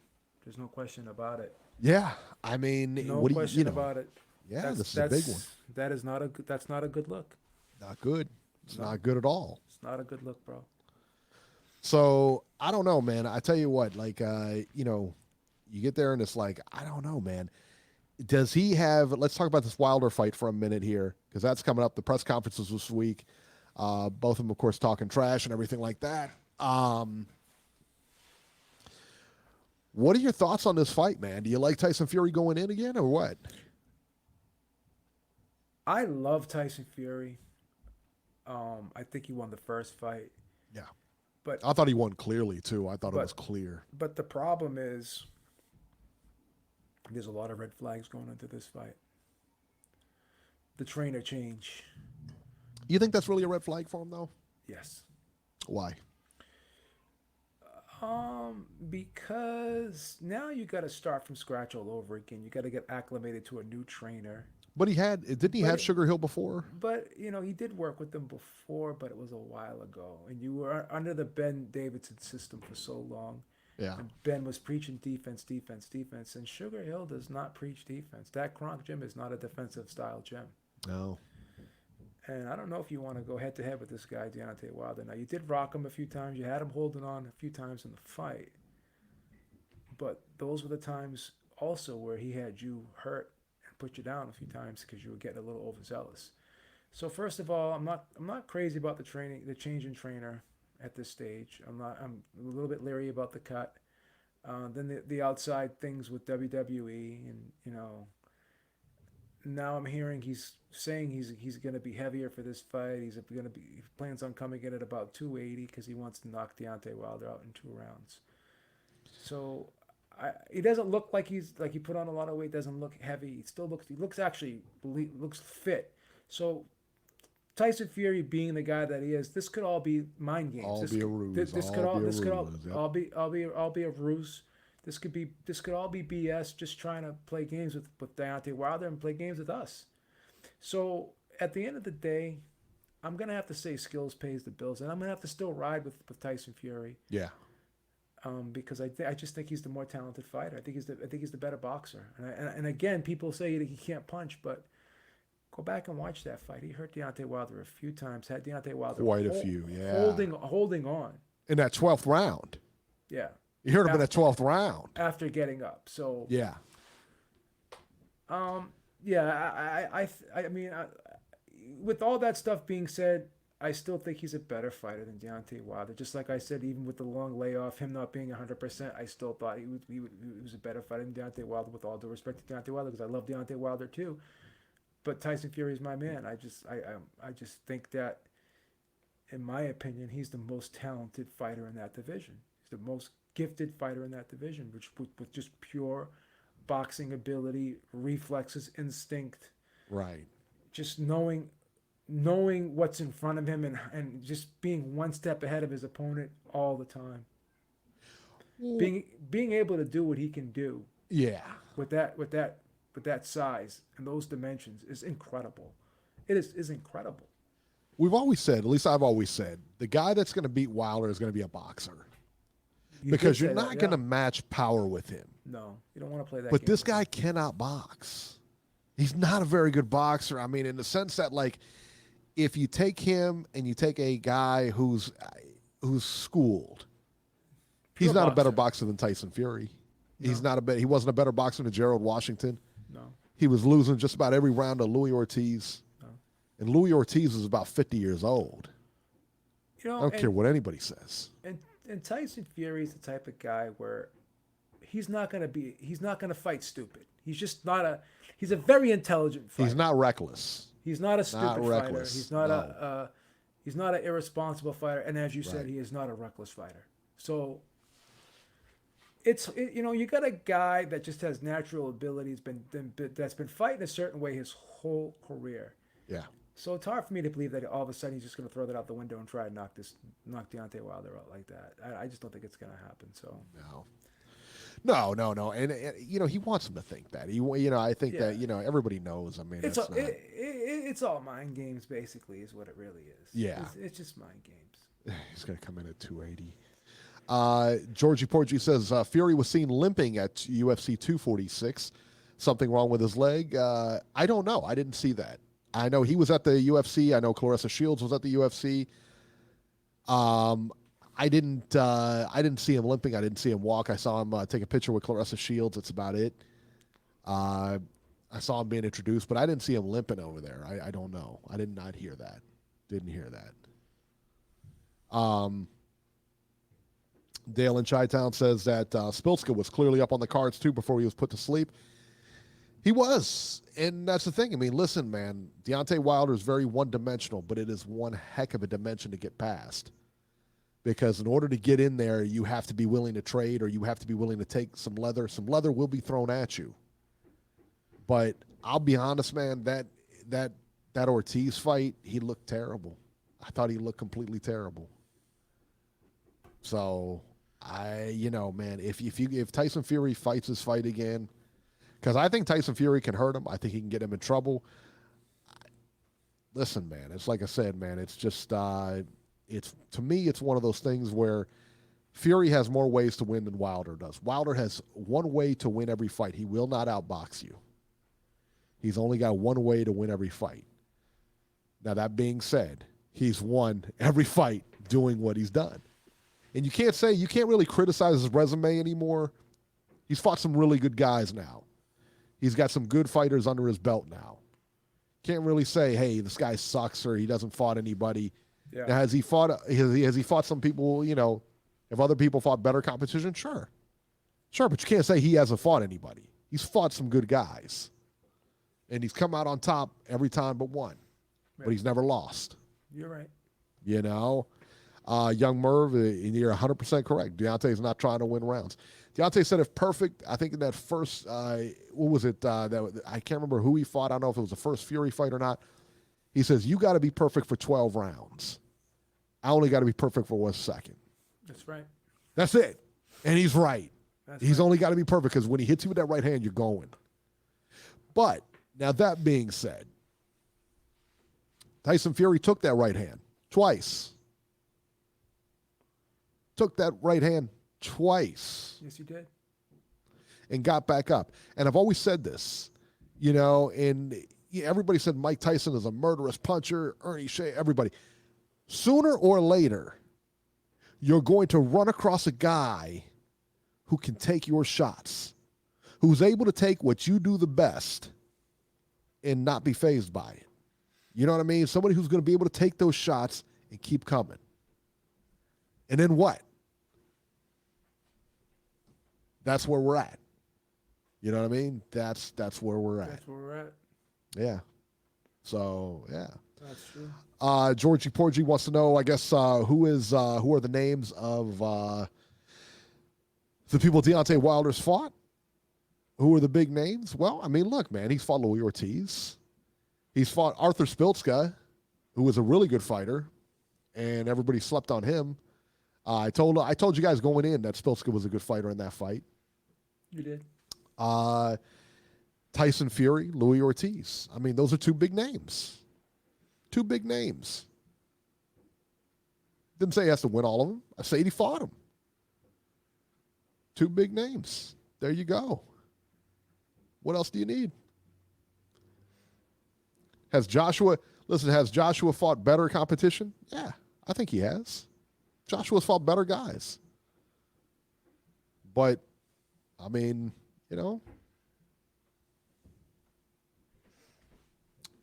JC says Stavern, Areola, Brazil, bum squad. A lot of people. Let me tell you what. Because I'm the biggest detractor sometimes from Deontay Wilder's record. Stavern in that first fight, a lot of people. In fact, even what's that dude's name who announces? I can't remember his name. What's his name, Beeb? The one who does Showtime, not Paulie Malignaggi, not Mauro Ranallo, but the other one. Al Bernstein? Al Bernstein. I love Al Bernstein. Al Bernstein had Stavern in that first fight. He picked Stavern to win that first fight against Wilder. So did I. Yeah. I mean, I had Wilder winning I wanted Wilder to win the fight. I picked Wilder to win the fight. But Dominic Brazil, he fought, Anthony Joshua fought him. And Brazil, look, man, is what it is, man. I mean, they fought a lot of the same people now. I mean, Chris Arreola, they've all fought the same people. All right, let's go to the phones here. Jason, 706, you're live. Hey, Jason. How you doing, buddy? And then maybe you're not. Hi, Jason. I can't. My phone. He dropped off. What a clown. What a douche. Jason, if you're out there, call back. Call back in, you pussy. Yeah.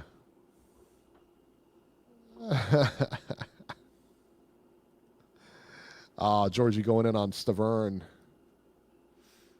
Said Fat Cow Stavern, who got a vacant strap. That's kind of rough, man. I don't know about you, B, but I think Stavern could take any one of us. Oh, no. I think he could take us now. And Klitschko put Wilder to sleep in sparring. Who cares? Do you put any stock? I don't put any stock. I can't stand these fucking sparring. I hate those, these man. Fucking sparring stories. I'm so sick of it. Listen, guys. Please. Listen. Enough with the sparring bullshit, please. I'm so sick of it. Yeah, here's the deal, man. When you're sparring, man, look, man, Georgie. That's fucked up, man. That's fucked up. Sometimes, like sometimes as we're doing the show, this is the comments are kind of a blessing and a curse. Because sometimes we're doing the show and I look over and I see a comment like that which Georgie just put, and I just you can't help it. You just gotta laugh, How do you, like how do you beat that? you don't. That's fucking hilarious. I gotta get something to drink right now. That's killing me right now. But look, man, did Klitschko put Wilder to sleep in sparring? He did. From all accounts and everything like that, yeah, I think he did. He knocked him out in sparring. But the problem is, it's sparring. You know what I mean? It's not like it's a real fight, and you don't know the context of the sparring. 9 times out of 10 is, when you're sparring somebody, he could be mimicking somebody else's style, and he gets clipped that way, a style he's not used to fighting. He's got his way of fighting, and, you got your, when you go to sparring, you're helping the other guy get ready. A lot of times, if you're going to spar, it's the place to try new things. You're not going to try new things in a fight. You're going to try them in camp. You're try them when you're sparring. So just because somebody gets beaten, look, again, we brought up, I think a week or two ago, we brought up Floyd Mayweather versus Paul Spadafora in sparring. And that sparring session is like legend now. If you go to YouTube, you'll be able to find it. If you go there and you watch that sparring session, Floyd gets just completely massacred over there. All right? But it's a sparring session. And now what you look at like, wow, Spadafora must be the greatest ever. No. Spadafora came back. Floyd was on the comeback. This is after Floyd retired for maybe the first time or something like that. He's on the comeback. Spadafora is active. Of course he's going to give him a big, a beating. Because, again, he's active and Floyd's not. It's like his first time back sparring. Of course he's going to have problems with it. So you can't really, to me anyway, you can't put much stock into sparring.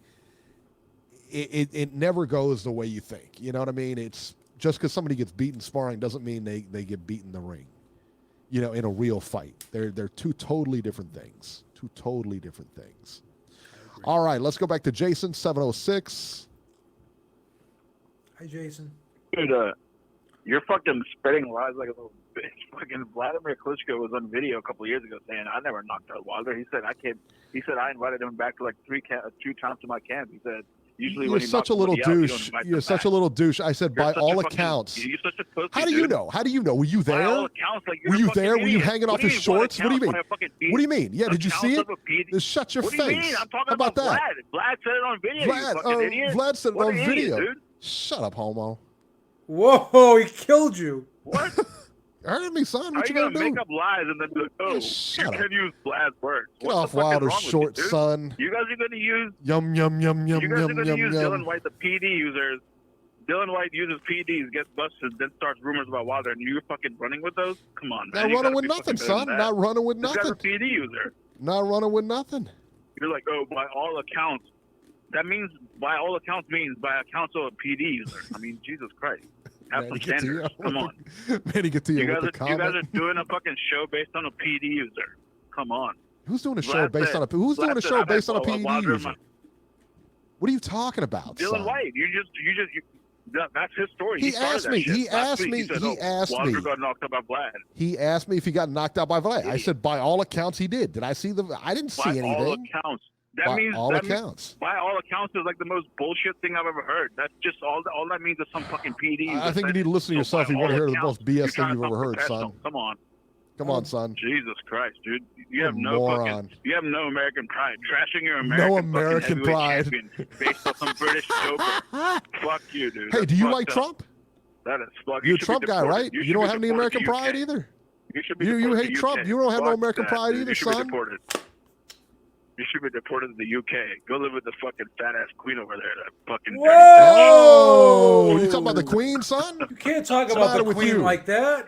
Fuck that. She's losing people over there, man. She watches the Prince show. Harry's going to Canada. She watches the show. You can't talk about her like that. Fuck you and that. Fuck you. Eric and Andrew will probably go hang out with Epstein now. You fucking asshole. Deport your ass back to UK, Eric.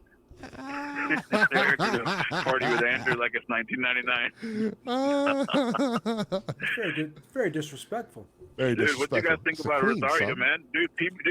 PBC's bringing all these exciting fights. I love that how belts are changing hands and shit on at 154. What a great fight that was. Good job, Jirok lost PBC. his. I know, right? Dude, love Rosario looked like a fucking 168 pounder, or He's a you know, big like guy. even bigger almost. He looked huge.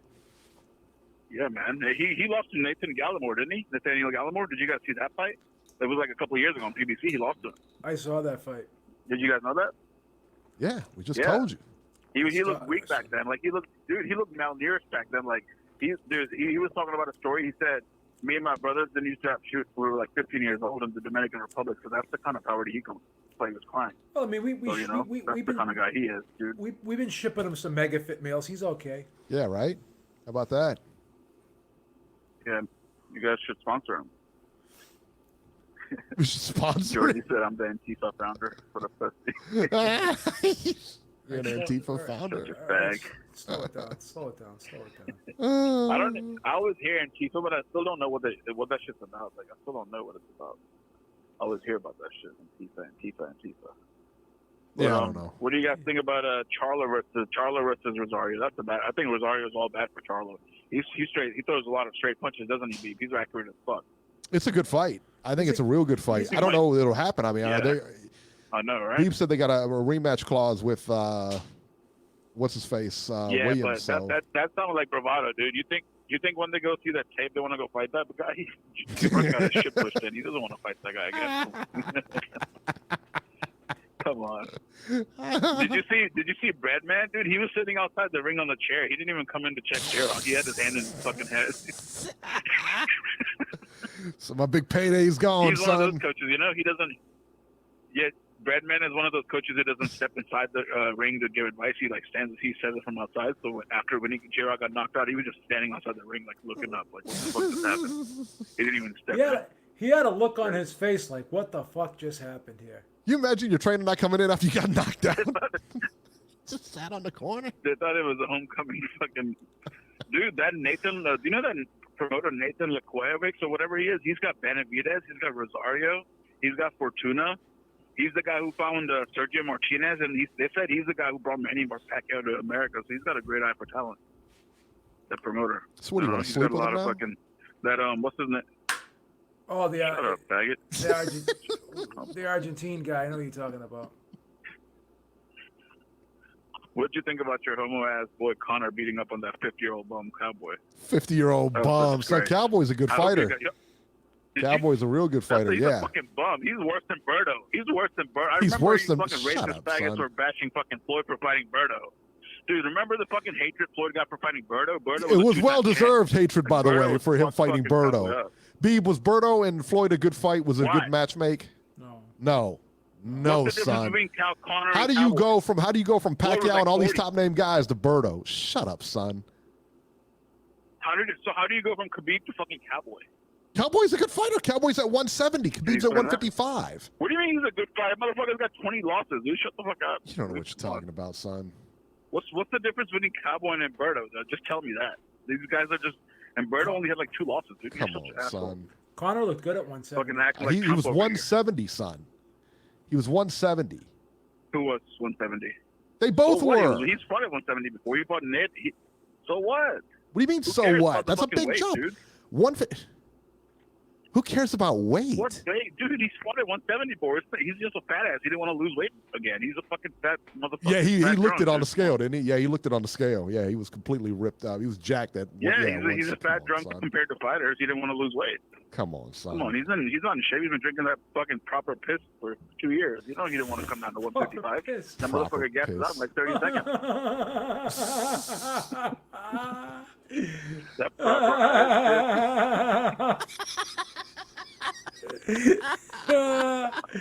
Proper piss. That's hilarious. Shut up, Beeb. Did you guys watch that ESPN show after the Fox? That shit looks so janky. Like that arena with like 500 people. Carl Moretti sitting front row. Did you guys see that shit? The place was sold out.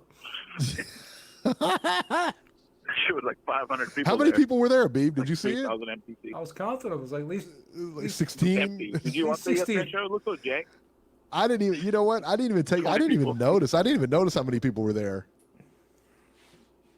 That's funny. Dude, Bob Arum didn't even show up. He said, fuck it. He's been called him ready to sit front row. That's when you know the show's going to be bad. Philip B but dude, says when you Cowboy watch Cerrone. Fox's Listen up. Listen production- up. Philip B says Cowboy Cerrone is 54 wins, 17 losses. He's got multiple records in the UFC, but he's a bum. He doesn't All right, have man. 54 wins. What are you talking about? Dude, he's got like, That's what Philip B doesn't have says. 54. Not in the UFC overall. He may have that overall. fuck his overall record. He's a fucking cowboy router. He used to ride bulls and shit. You can't count those wins, dude. Come on. What's wrong with you? This motherfucker's counting his bull riding wins now. What the fuck? Get the fuck out of here. Oh my goodness, son. Did wrong you watch with your you? girl Holly Holm on the undercard? That was a good fight. Did you What? watch Holly Holm on the undercard? Did you watch the Holly Holm fight? Did you watch the Holly Holm was getting fight, booed. son? That fight getting was booed. horrible, son. They clinched for about 4.5 rounds. After the What's the fans, matter after with the you? fucking fight, she said, "I don't fight for the fans. I fight for myself." She was getting plenty. I didn't lost hear the- that. Who said that? Who said that? Holly Holm? Holly Holm. Holly Holm said that? Yeah, Yep. she said, "I don't fight for the fans. I fight for myself." Wow. Yeah, Holly Holm at the post-fight presser. I saw it on MMAJunkie.com. Yeah, check it out, dude. That's funny. Wow. Check that out. What do you guys think about Ryan Garcia fighting Fonseca? He's fighting this weekend. You guys talk about that? If what now? Or no? Not yet. Ryan Garcia. Ryan Garcia versus Fonseca. Remember? He's fighting this weekend, right? He's No. fighting Fonseca. No, he's Remember? not. You didn't talk about that?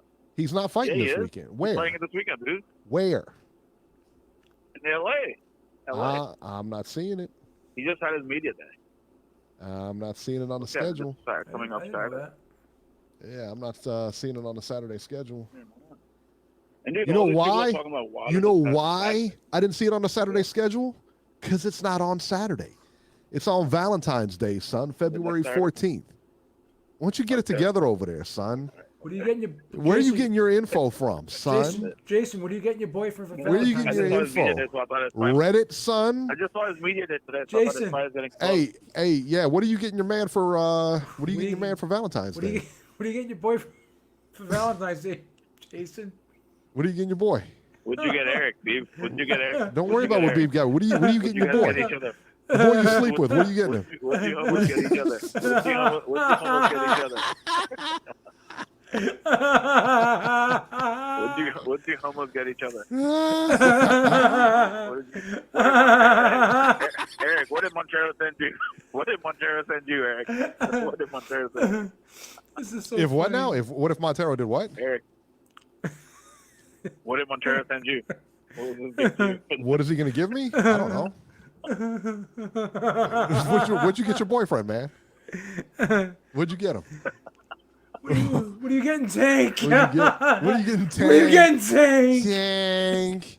Fucking Happy Tank. Valentine's Day, Take that Tank. WBC belt. Let's talk about- Tank, if you don't have that anybody to go out WBC with belt, tonight, I'll go out son. with you, Just Tank. take that WBC belt. Tank, what do you like? Tank. Do you like those nice pixie sticks, Tank? Tank.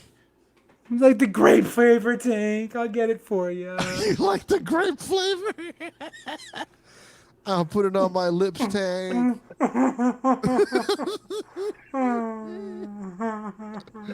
Oh my goodness, what's the matter with you, son?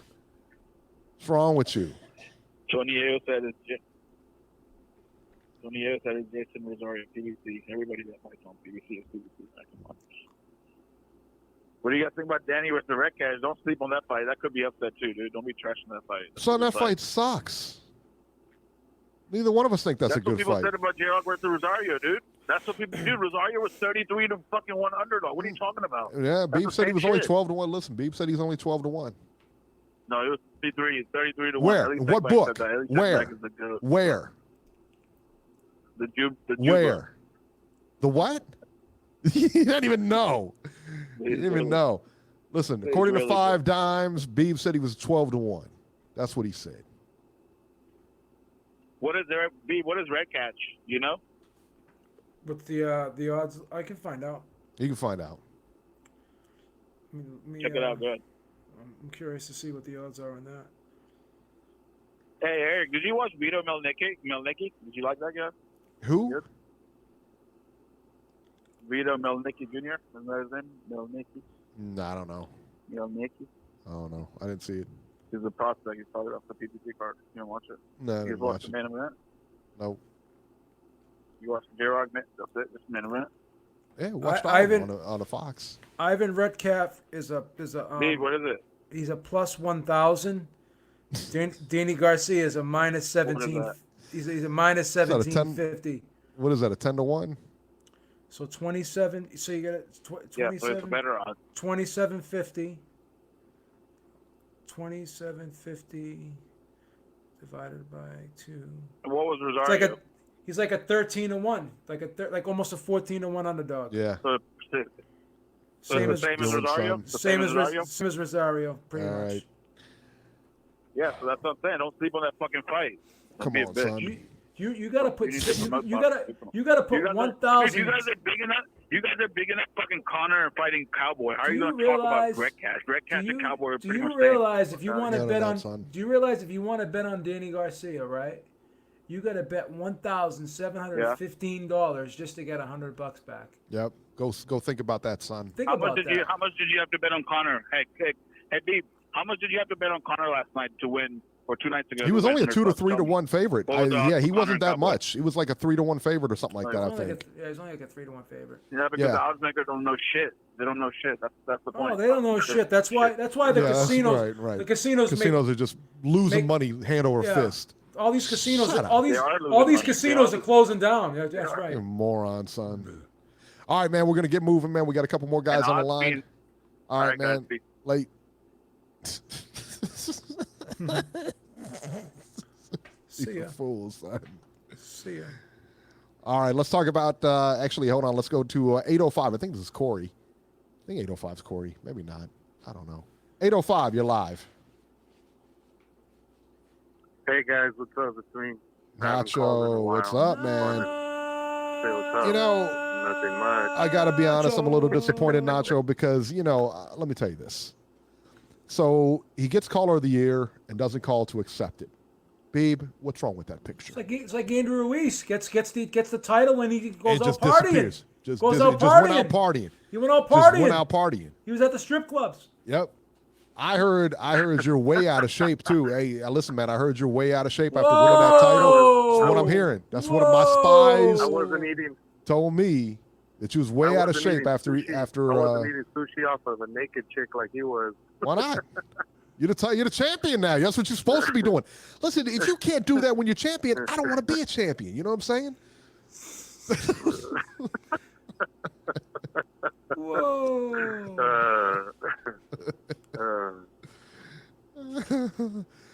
So what's the word, Nacho?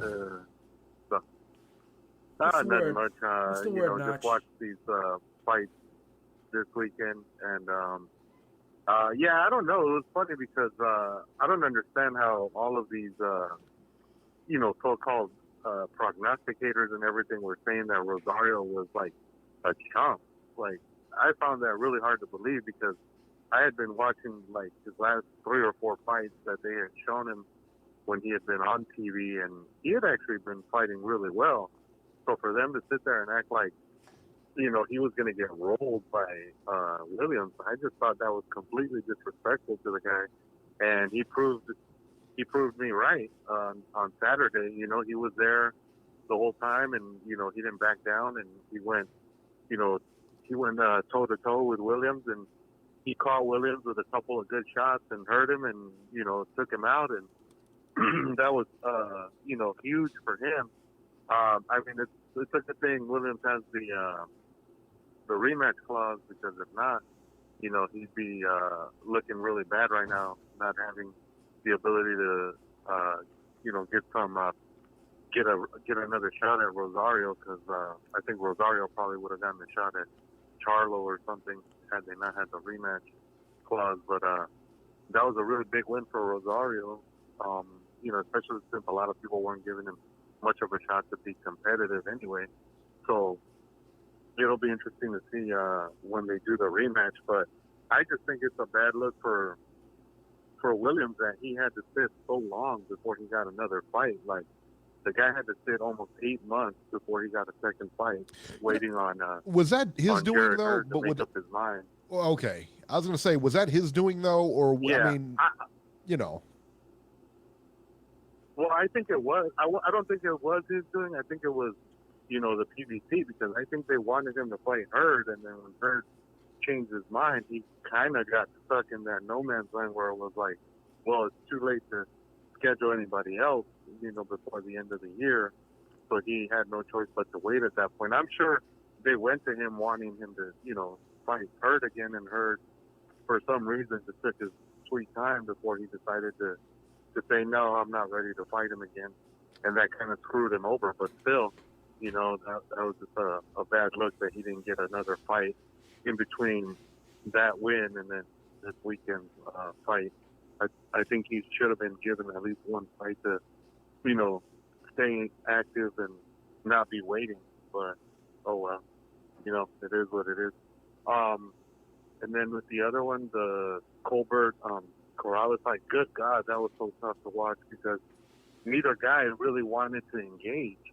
And it was just really tough to watch two guys that literally were just trying to counterpunch the other. It was like, man, like somebody has to be the one to lead, and nobody wanted to lead. They were just waiting on the other guy to be the one to, come forward and be aggressive so they could counter. And, oh, that was just a really tough fight to watch. I mean, I think Colbert won.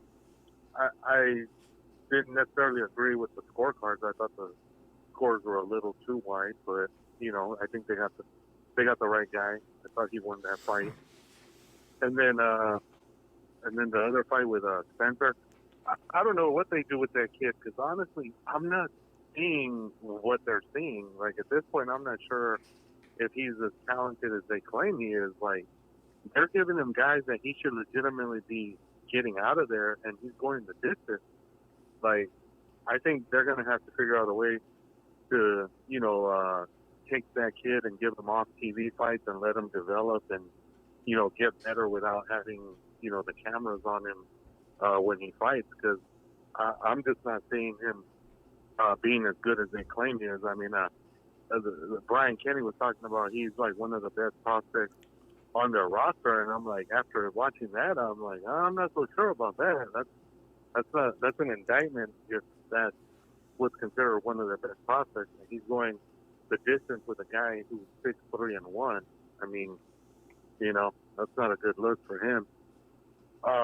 And then I got to see the other guy, the one that Jason was talking about, the Vito Melnicki kid. yeah, That kid's somewhat talented, but he's really young, and they got him fighting like grown men. Like, the guy he was fighting was like a full 10 years older than him, and he did okay, but I think it's going to be at least 2 or 3 years before he makes any kind of noise for himself. Like, he's really, really in the developmental stages right now, and it's going to be a while before he gets a legit, test as far as see how good he really is. Because at 17, they're not going to give him nothing, that it's going to be too tough for him. So it's too early to tell what he's going to be.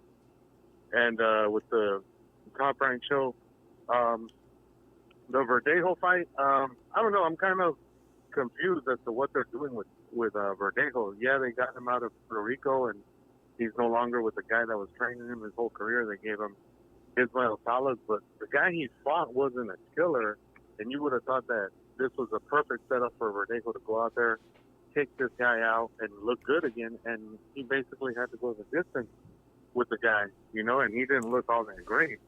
So I don't know what they do with him. Like, they're going to have to figure out, the matchmaking is going to be kind of crucial with him, because at this point, I'm not sure that, he's going to be what they originally thought he was going to be.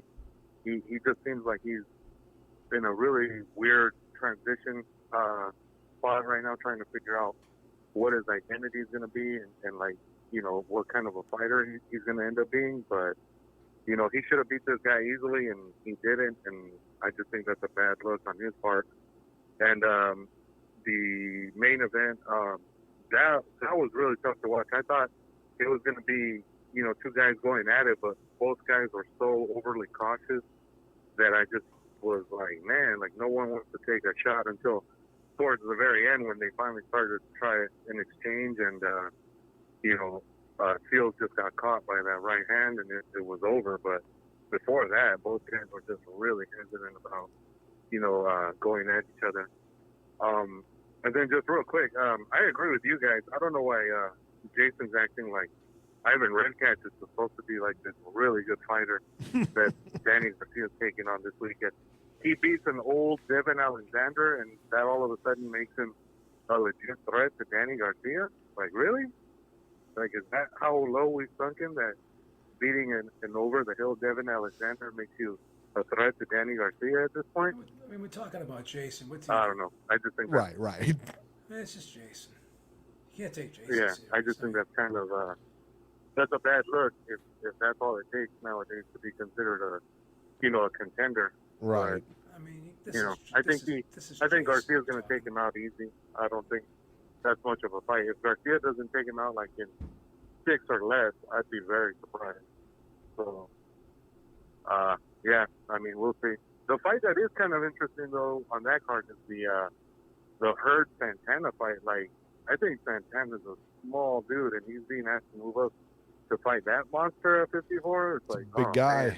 Yeah. So, yeah, I hope he's ready. I hope he's ready for that fight because, man, I don't know. That's going to be a huge size difference between those two guys. So, I really hope he got, paid well for this one because I'm not so sure he can beat Hurd, to be honest. So, but, yeah, all right, guys, that's it. And I'll definitely be calling in again sometime soon. All right, it's not like I Nacho. was out partying like you guys said. All right, man. All right, man. We'll talk to you soon. All right, assalamu alaikum, buddy. I think 240 is Baltimore, but I'm not 100% sure. Oh, is that Coach C coming in for your neck? I don't know. We'll find out. Bet you that's Coach 240, you're live. Hello? 240, you're live. Yes. Hello? Go ahead. Oh, yeah, man. My name is Mike Jerry. Mike? Mike, go ahead. Go ahead, Mike. Mike, This is the part, Mike, where you talk. It's okay, Mike. You don't have to get. We're all friends here. All friends. You don't have to get stage fright. Go ahead. He checked out. Call dropped. A little scared there. That's okay. All right. Hey, everybody gets stage fright. That's all right. Everybody gets stage fright, including our next guy, Georgie. Straight from Rikers Island! Georgie, you're live. Hey, yo! Hi, Georgie. How are you? Can you hear me? Can you hear me, Goody? I do. We hear you. We hear you going in. All right, what's happening, people? I heard Georgie's going to take us to school tonight. Rogers, this matches be pushing. How are you today, sir? Listen, before I forget, you were talking about Ortiz, Eric? Yeah. Sure thing, Georgie. You talking about Ortiz that they call the boogeyman? Yes, Georgie. Yeah, that guy. You sure was. The so-called boogeyman? How the fuck you the boogeyman and there is no highlight reel of the bodies? What are the bodies that Ortiz has? The so-called bodies. What are we looking for? The murder weapon? Are you the What are you, fucking OJ? boogeyman? What are you doing? What is this? Friggin' CSI? This investigation. Bro, I mean, if you the boogeyman, but you ain't got no fucking body, and you're supposed to be a top competition. You don't think Louis Ortiz? You don't think think Ortiz was top competition? Hell the fuck no, but man, The come first on, fight, bro. the first fight, Where are the it was pretty bodies? good. Tell me Come who on. Ortiz beat. Who he beat? Who's some names out there? Get that box red fucking on. Who he beat? Brian Jennings? Who he knocked out Brian Jennings is with vegan. crazy knockouts and shit. Brian Jennings. Bro, He's vegan. Hi, Plant powered, son. Mirages, the same bullshit. 2020, we still talking about these old fucking names, bro. We in a new decade, bro. We gotta bury all these motherfuckers out. Let them fucking die. I don't want to hear no fucking Cerrone. I don't want to hear no fucking Ortiz. I don't want to hear no Molina. I don't want to hear no fucking Cerrone. No, these fucking names, bro. How the fuck we going back? How we going back, bro? Don't we supposed to be looking? Who does Tyson Fury have on his? Who does Tyson Fury fought? Klitschko. Isn't he an old name? If you're going to say Cerrone is an old name, what do you think of Klitschko? He's got to be an old name too, right? Dude. Come on, son. Yeah, but the difference is that Klitschko dominated the fucking division for like 2 decades, bro. Come on. You know better than this. Don't do it to yourself. Come on, bro. We can be putting these names out there like they relevant. Weak arguments from Georgie Put this again. fucking name to pastor already, bro. 2020. We're going backwards, bro. How long we gonna be recycling these fucking names? Couple of months at least.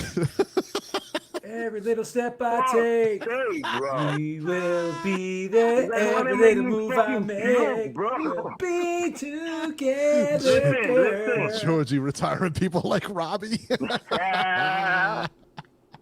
Yo, listen. Cozy Reno's right. To the Dominican Republic. By this logic, AJ and Fury have no one on the record either. Sunday, Monday, Tuesday, Wednesday, Thursday, Friday, Saturday. Yo, let's move on from that. Listen, shout out to Dominicans, bro. Finally, this nigga be putting something on the map. So you're the only one that had Jeison Rosario this weekend? Bro. Did you pick Jeison Rosario this weekend?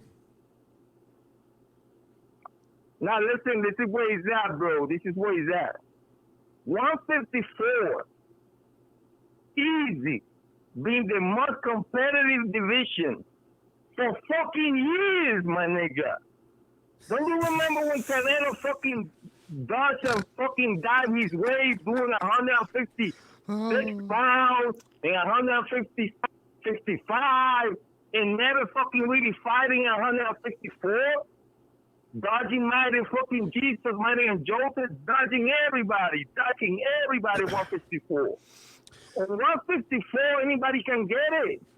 Anybody. It ain't like a J-Rock wasn't a good fighter. Or Rosario wasn't a bad fighter coming out with these huge upset that everybody's talking about. No, my dude.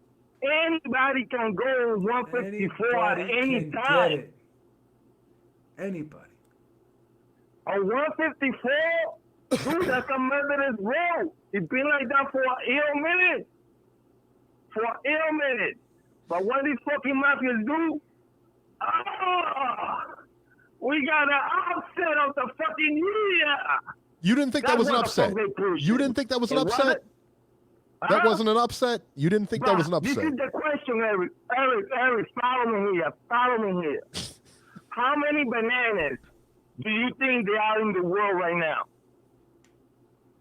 How many Rosarios are in the fucking world right now that people don't know because they don't get the chance to show? Tons. How many? Tons. It's a tons of them. Tons. But we get pushed these fucking But isn't that an upset, though? 90 seconds. But isn't that an upset? Let me burn. Not really, because we don't know about He's producing the it dude now. had the chance. No, let me burn. The dude don't get the chance to show it against top opposition. There gotta be a bunch of fucking bananas, Rosarios out there. But we don't get to see them. They get blocked and pushed. How long PBC gonna have fucking Spurs fighting 60 seconds. PSG, the Porters, and recycling the same fucking names and years passing by? And we coming in here every week in the same bullshit. Talking what they want you to talk about and instead talking what we really need to talk about. Come on, bro. Same name. Every fucking year. There are other people out there. And that's why fight don't get fucking make them. Everybody brainwash.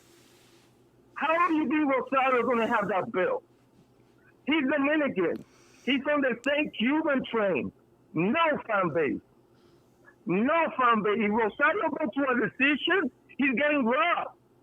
10 seconds. This, but we don't talk about it. So what the fuck, bro? Go ahead, Ben. Tell me something. Oh, it's my turn to talk now. I forgot. You've been bamboozled. You've been hoodwinked. Led astray. Run amok. Run amok. Maybe we get playing the I daily, say it again. We'll be taking it.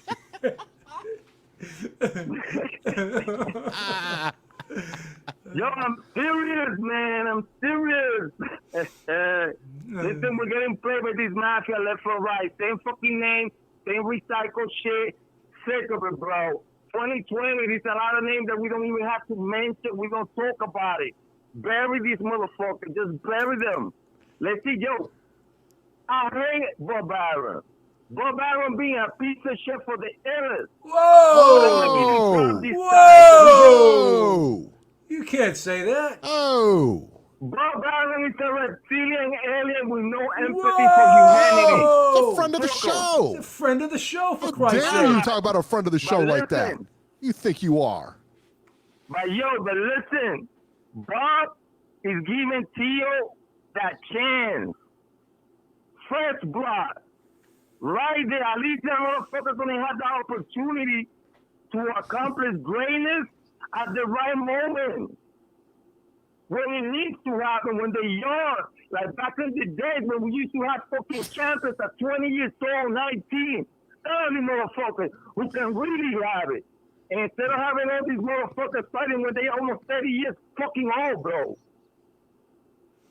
This is what really got to happen on boxing. Get the motherfuckers early, see if they fry or they drown or what happened to them. Yo, we like the so-called hardcore, they get stuck on that mentality. And they get free this bullshit from this mafia. And it's like everything is dandy. I can't come with this everything is dandy every fucking week, because it ain't. You guys gotta wake up, bro. Wake up. Yo, Georgie's shout out woke. to everybody, especially the UK, the Dominican Republic, the USA. Shout out to Virginia. For all the patriots standing up for the rights, carry your fucking gun, my G. I'm with you. And with that, I'm out. Georgie, happy Martin Luther King's Day to you. Georgie.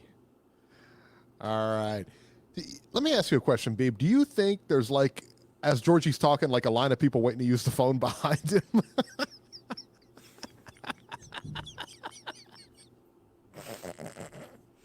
That's crazy. Lights out. The guard was like, wrap it up, son. Let's go.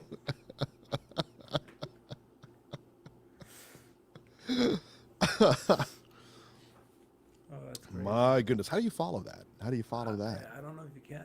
I don't know that you can either. I think that's pretty much it. You can't follow that. All right, real quickly, let's go over this. Layla Ali was interviewed this week, and she said it would take 5 to 10 millions to get into shape for a potential fight with Claressa Shields. Ali stated that's what it would take for it to be worth her to get into fighting shape. She also claims that she knocked Shields out.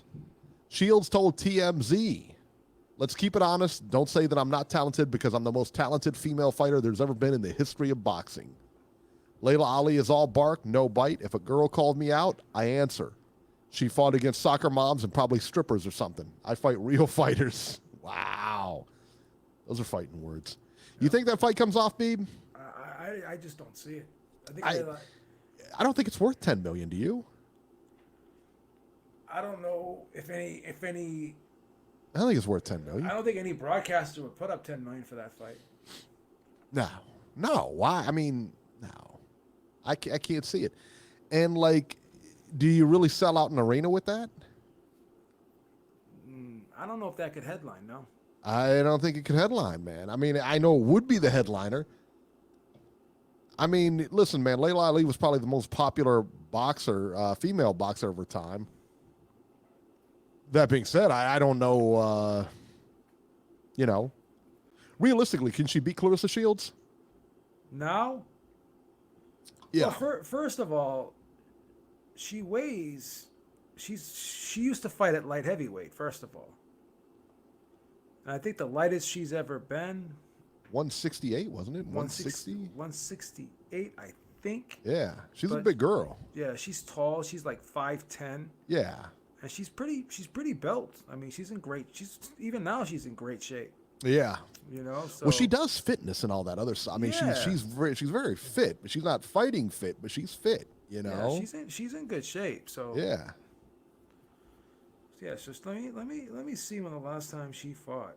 Her last fight was Back in the 70s, what? 2007. She hasn't fought 13 years. 13 years. And she is the same age as Floyd Mayweather, basically. She's like 42 years old right now. Yeah, I tell you what, I don't know. And being out of the ring for 13 years, and I imagine she's done some boxing and stuff like that to keep in shape and that kind of thing. Actually, she tall order. She was mostly a super middleweight. Yeah, she fought at 168 mostly. Yeah. Clarissa Shields can definitely, I mean, she's a super middleweight as well. I mean, I think she'd have Yeah. no problem with that. They could fight. I mean, Yeah, so do you think, I mean, like, I don't think she can beat Shields, though. now she knocked out Valerie Mahfoud. I think this is the girl that actually knocked out Ann Wolf. Yeah. Knocked out Ann Wolf? Yeah, Ann Wolf was knocked out, I think, by this girl. Let me double check if I'm not mistaken. And then I think Ann Wolf rematched her and got a decision against her. Because Ann Wolf has one. Yeah. That was a chick, huh? Yeah. Listen, man, Layla Ali's no joke. She can fight. I did think she lost to Joe Frazier's daughter. Did you really? Yeah, I thought Joe Frazier's daughter beat her. Wow. But they gave Ali the decision. Yeah, so close decision. Ann Wolf got knocked out by this girl, but then Ann Wolf rematched her and won by decision. So. If they do that fight, they'd have to do it for 3-minute rounds in order to make it legit. They have to. Yeah. 13 years out of the ring, no, man, and with no tune-ups, just coming back to fight Clarissa Shields, that doesn't sound good. And besides, there's a big hurdle of, who's going to pay him each $5 million. Yeah, it's kind of crazy. So, yeah. I don't think that fight comes off. But let me tell you about a fight that will come off. Cal Yafai versus Chocolatito. Those two are set to meet on February 29th on the other card of Mikey Garcia and Jesse Vargas. How about that one? That's a good fight. It's a good fight for Yafai. Not a good fight for Chocolatito, though. Yeah. I think Chocolatito gets washed in there. And that's it. That's the news this week, man. That's the news. That's a tough fight for Chocolatito. Yeah, it's a very uphill fight for Chocolatito. Who do you think would win, Ann Wolf or Layla Ali? I got a thing for Ann Wolf, so I don't know. I'm very partial to Ann Wolf. I like Ann Wolf. I like Ann Wolf too. Probably Layla Ali. Layla can box. That's the thing. Layla Ali can box. She was really a good fighter. She's a very good fighter, man. She was an excellent fighter. Yeah, she can fight.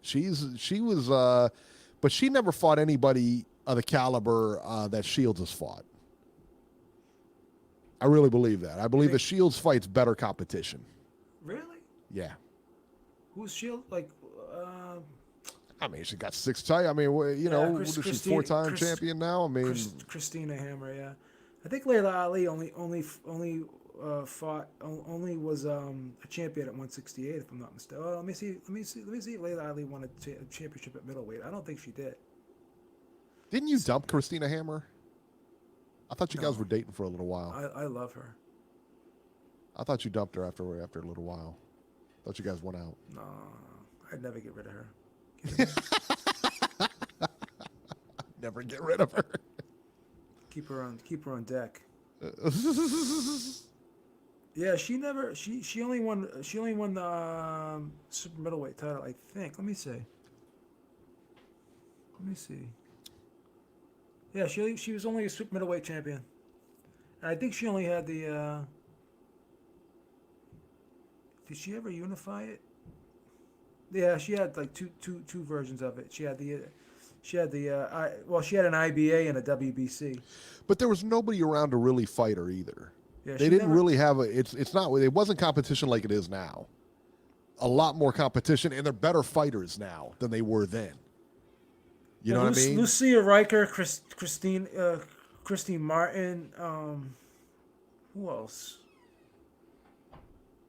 Yeah, I guess you're. I mean, I don't know. It's tough. Christy Martin was good, but you can't. I mean, the way she fought, and you look at some of the way these girls fight now. There's no comparison, man. They're a lot better now. It's really the female game has really evolved. Tony Ayo says, well, so was Layla a butterbean type of sideshow? No, she was a legit fighter. I mean, she was absolutely a legit fighter.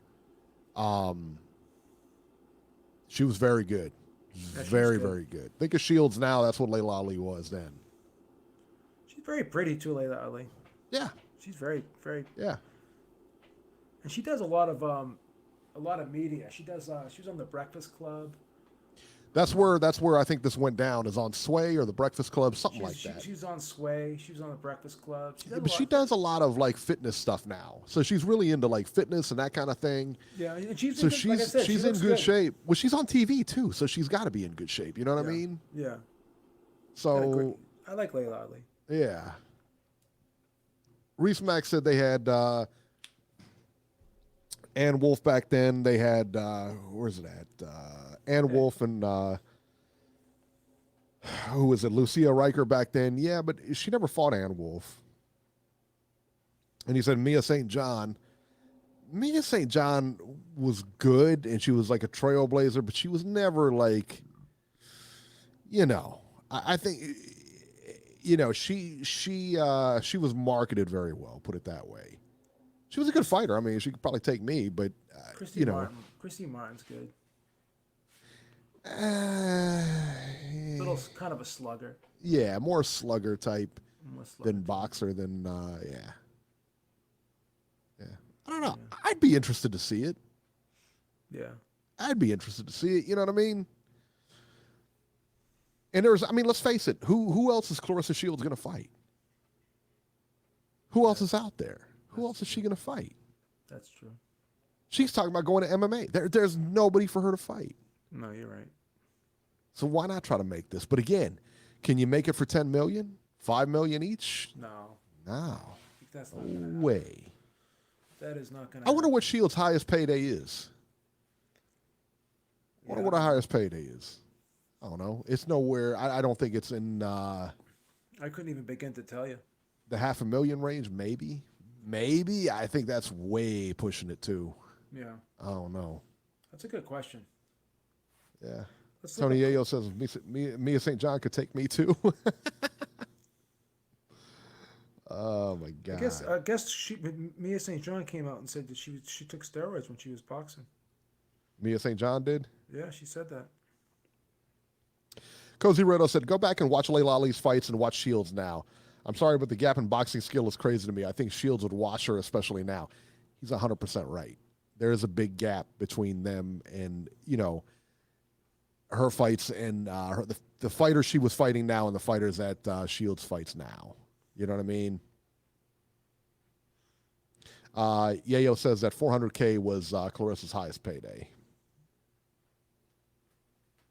How much is it? $400K. That's her. That still seems like a lot. I guess I would imagine that's for the Hammer fight. Yeah. I don't know, but it's definitely evolved, and Cozy's right. It's definitely evolved, and it's they're a lot better now than they were back then. But that's like anything, though. It's like any other sport. There's no sport in the world where they were better, 20 years ago than they are now. It just doesn't happen. People get bigger, they get faster, develop skills, develop better skills. Yeah, it just is what it is. Yeah, all right, guys. I'm trying to find out how much he made. Who? For that. The Hammer fight? Yeah. Each the terms of a pro's The terms of the proposed bout were unique. Each was guaranteed a base purse of $250,000, but the winner would be rewarded with a purse of a $500,000 bonus, raising the winner's purse to $750,000. Oh, there you go. 750 then. And the total pot to $1 million. It was believed that the fight would be waged at. No. This is what was this now? This is a Christy Martin. Okay. This was a Christy Martin versus Lucia Riker fight. Oh, gotcha. Yeah, that was the proposed fight. I'm sorry. So it's hard to find what the purse was for this fight. Yeah. It's got to be the Clarissa Shields fight. Trying to find out how much she made. All right, let me see here. How come they released the purses for the males fights and they don't do it for the females? I don't know. There's not a lot of I think there's not a lot of interest, to be honest with you. Yeah. Yeah, it's crazy. Shields was guaranteed $300,000 for fighting Habazin. That's what we know. I just saw that. So how much did she get for Hammer? Because that was for a unification. All right, let's see here. Shields.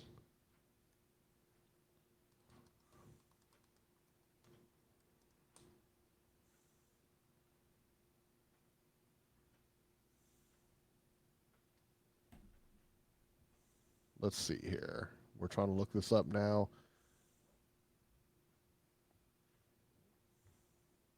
Were you on Ring? Is that where you saw that one article?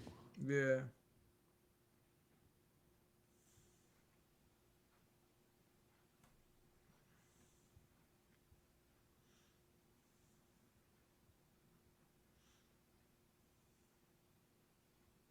Yeah, I don't see it. I mean, I imagine I'm going to go with Yayo. Yayo says 400K. That sounds good to me.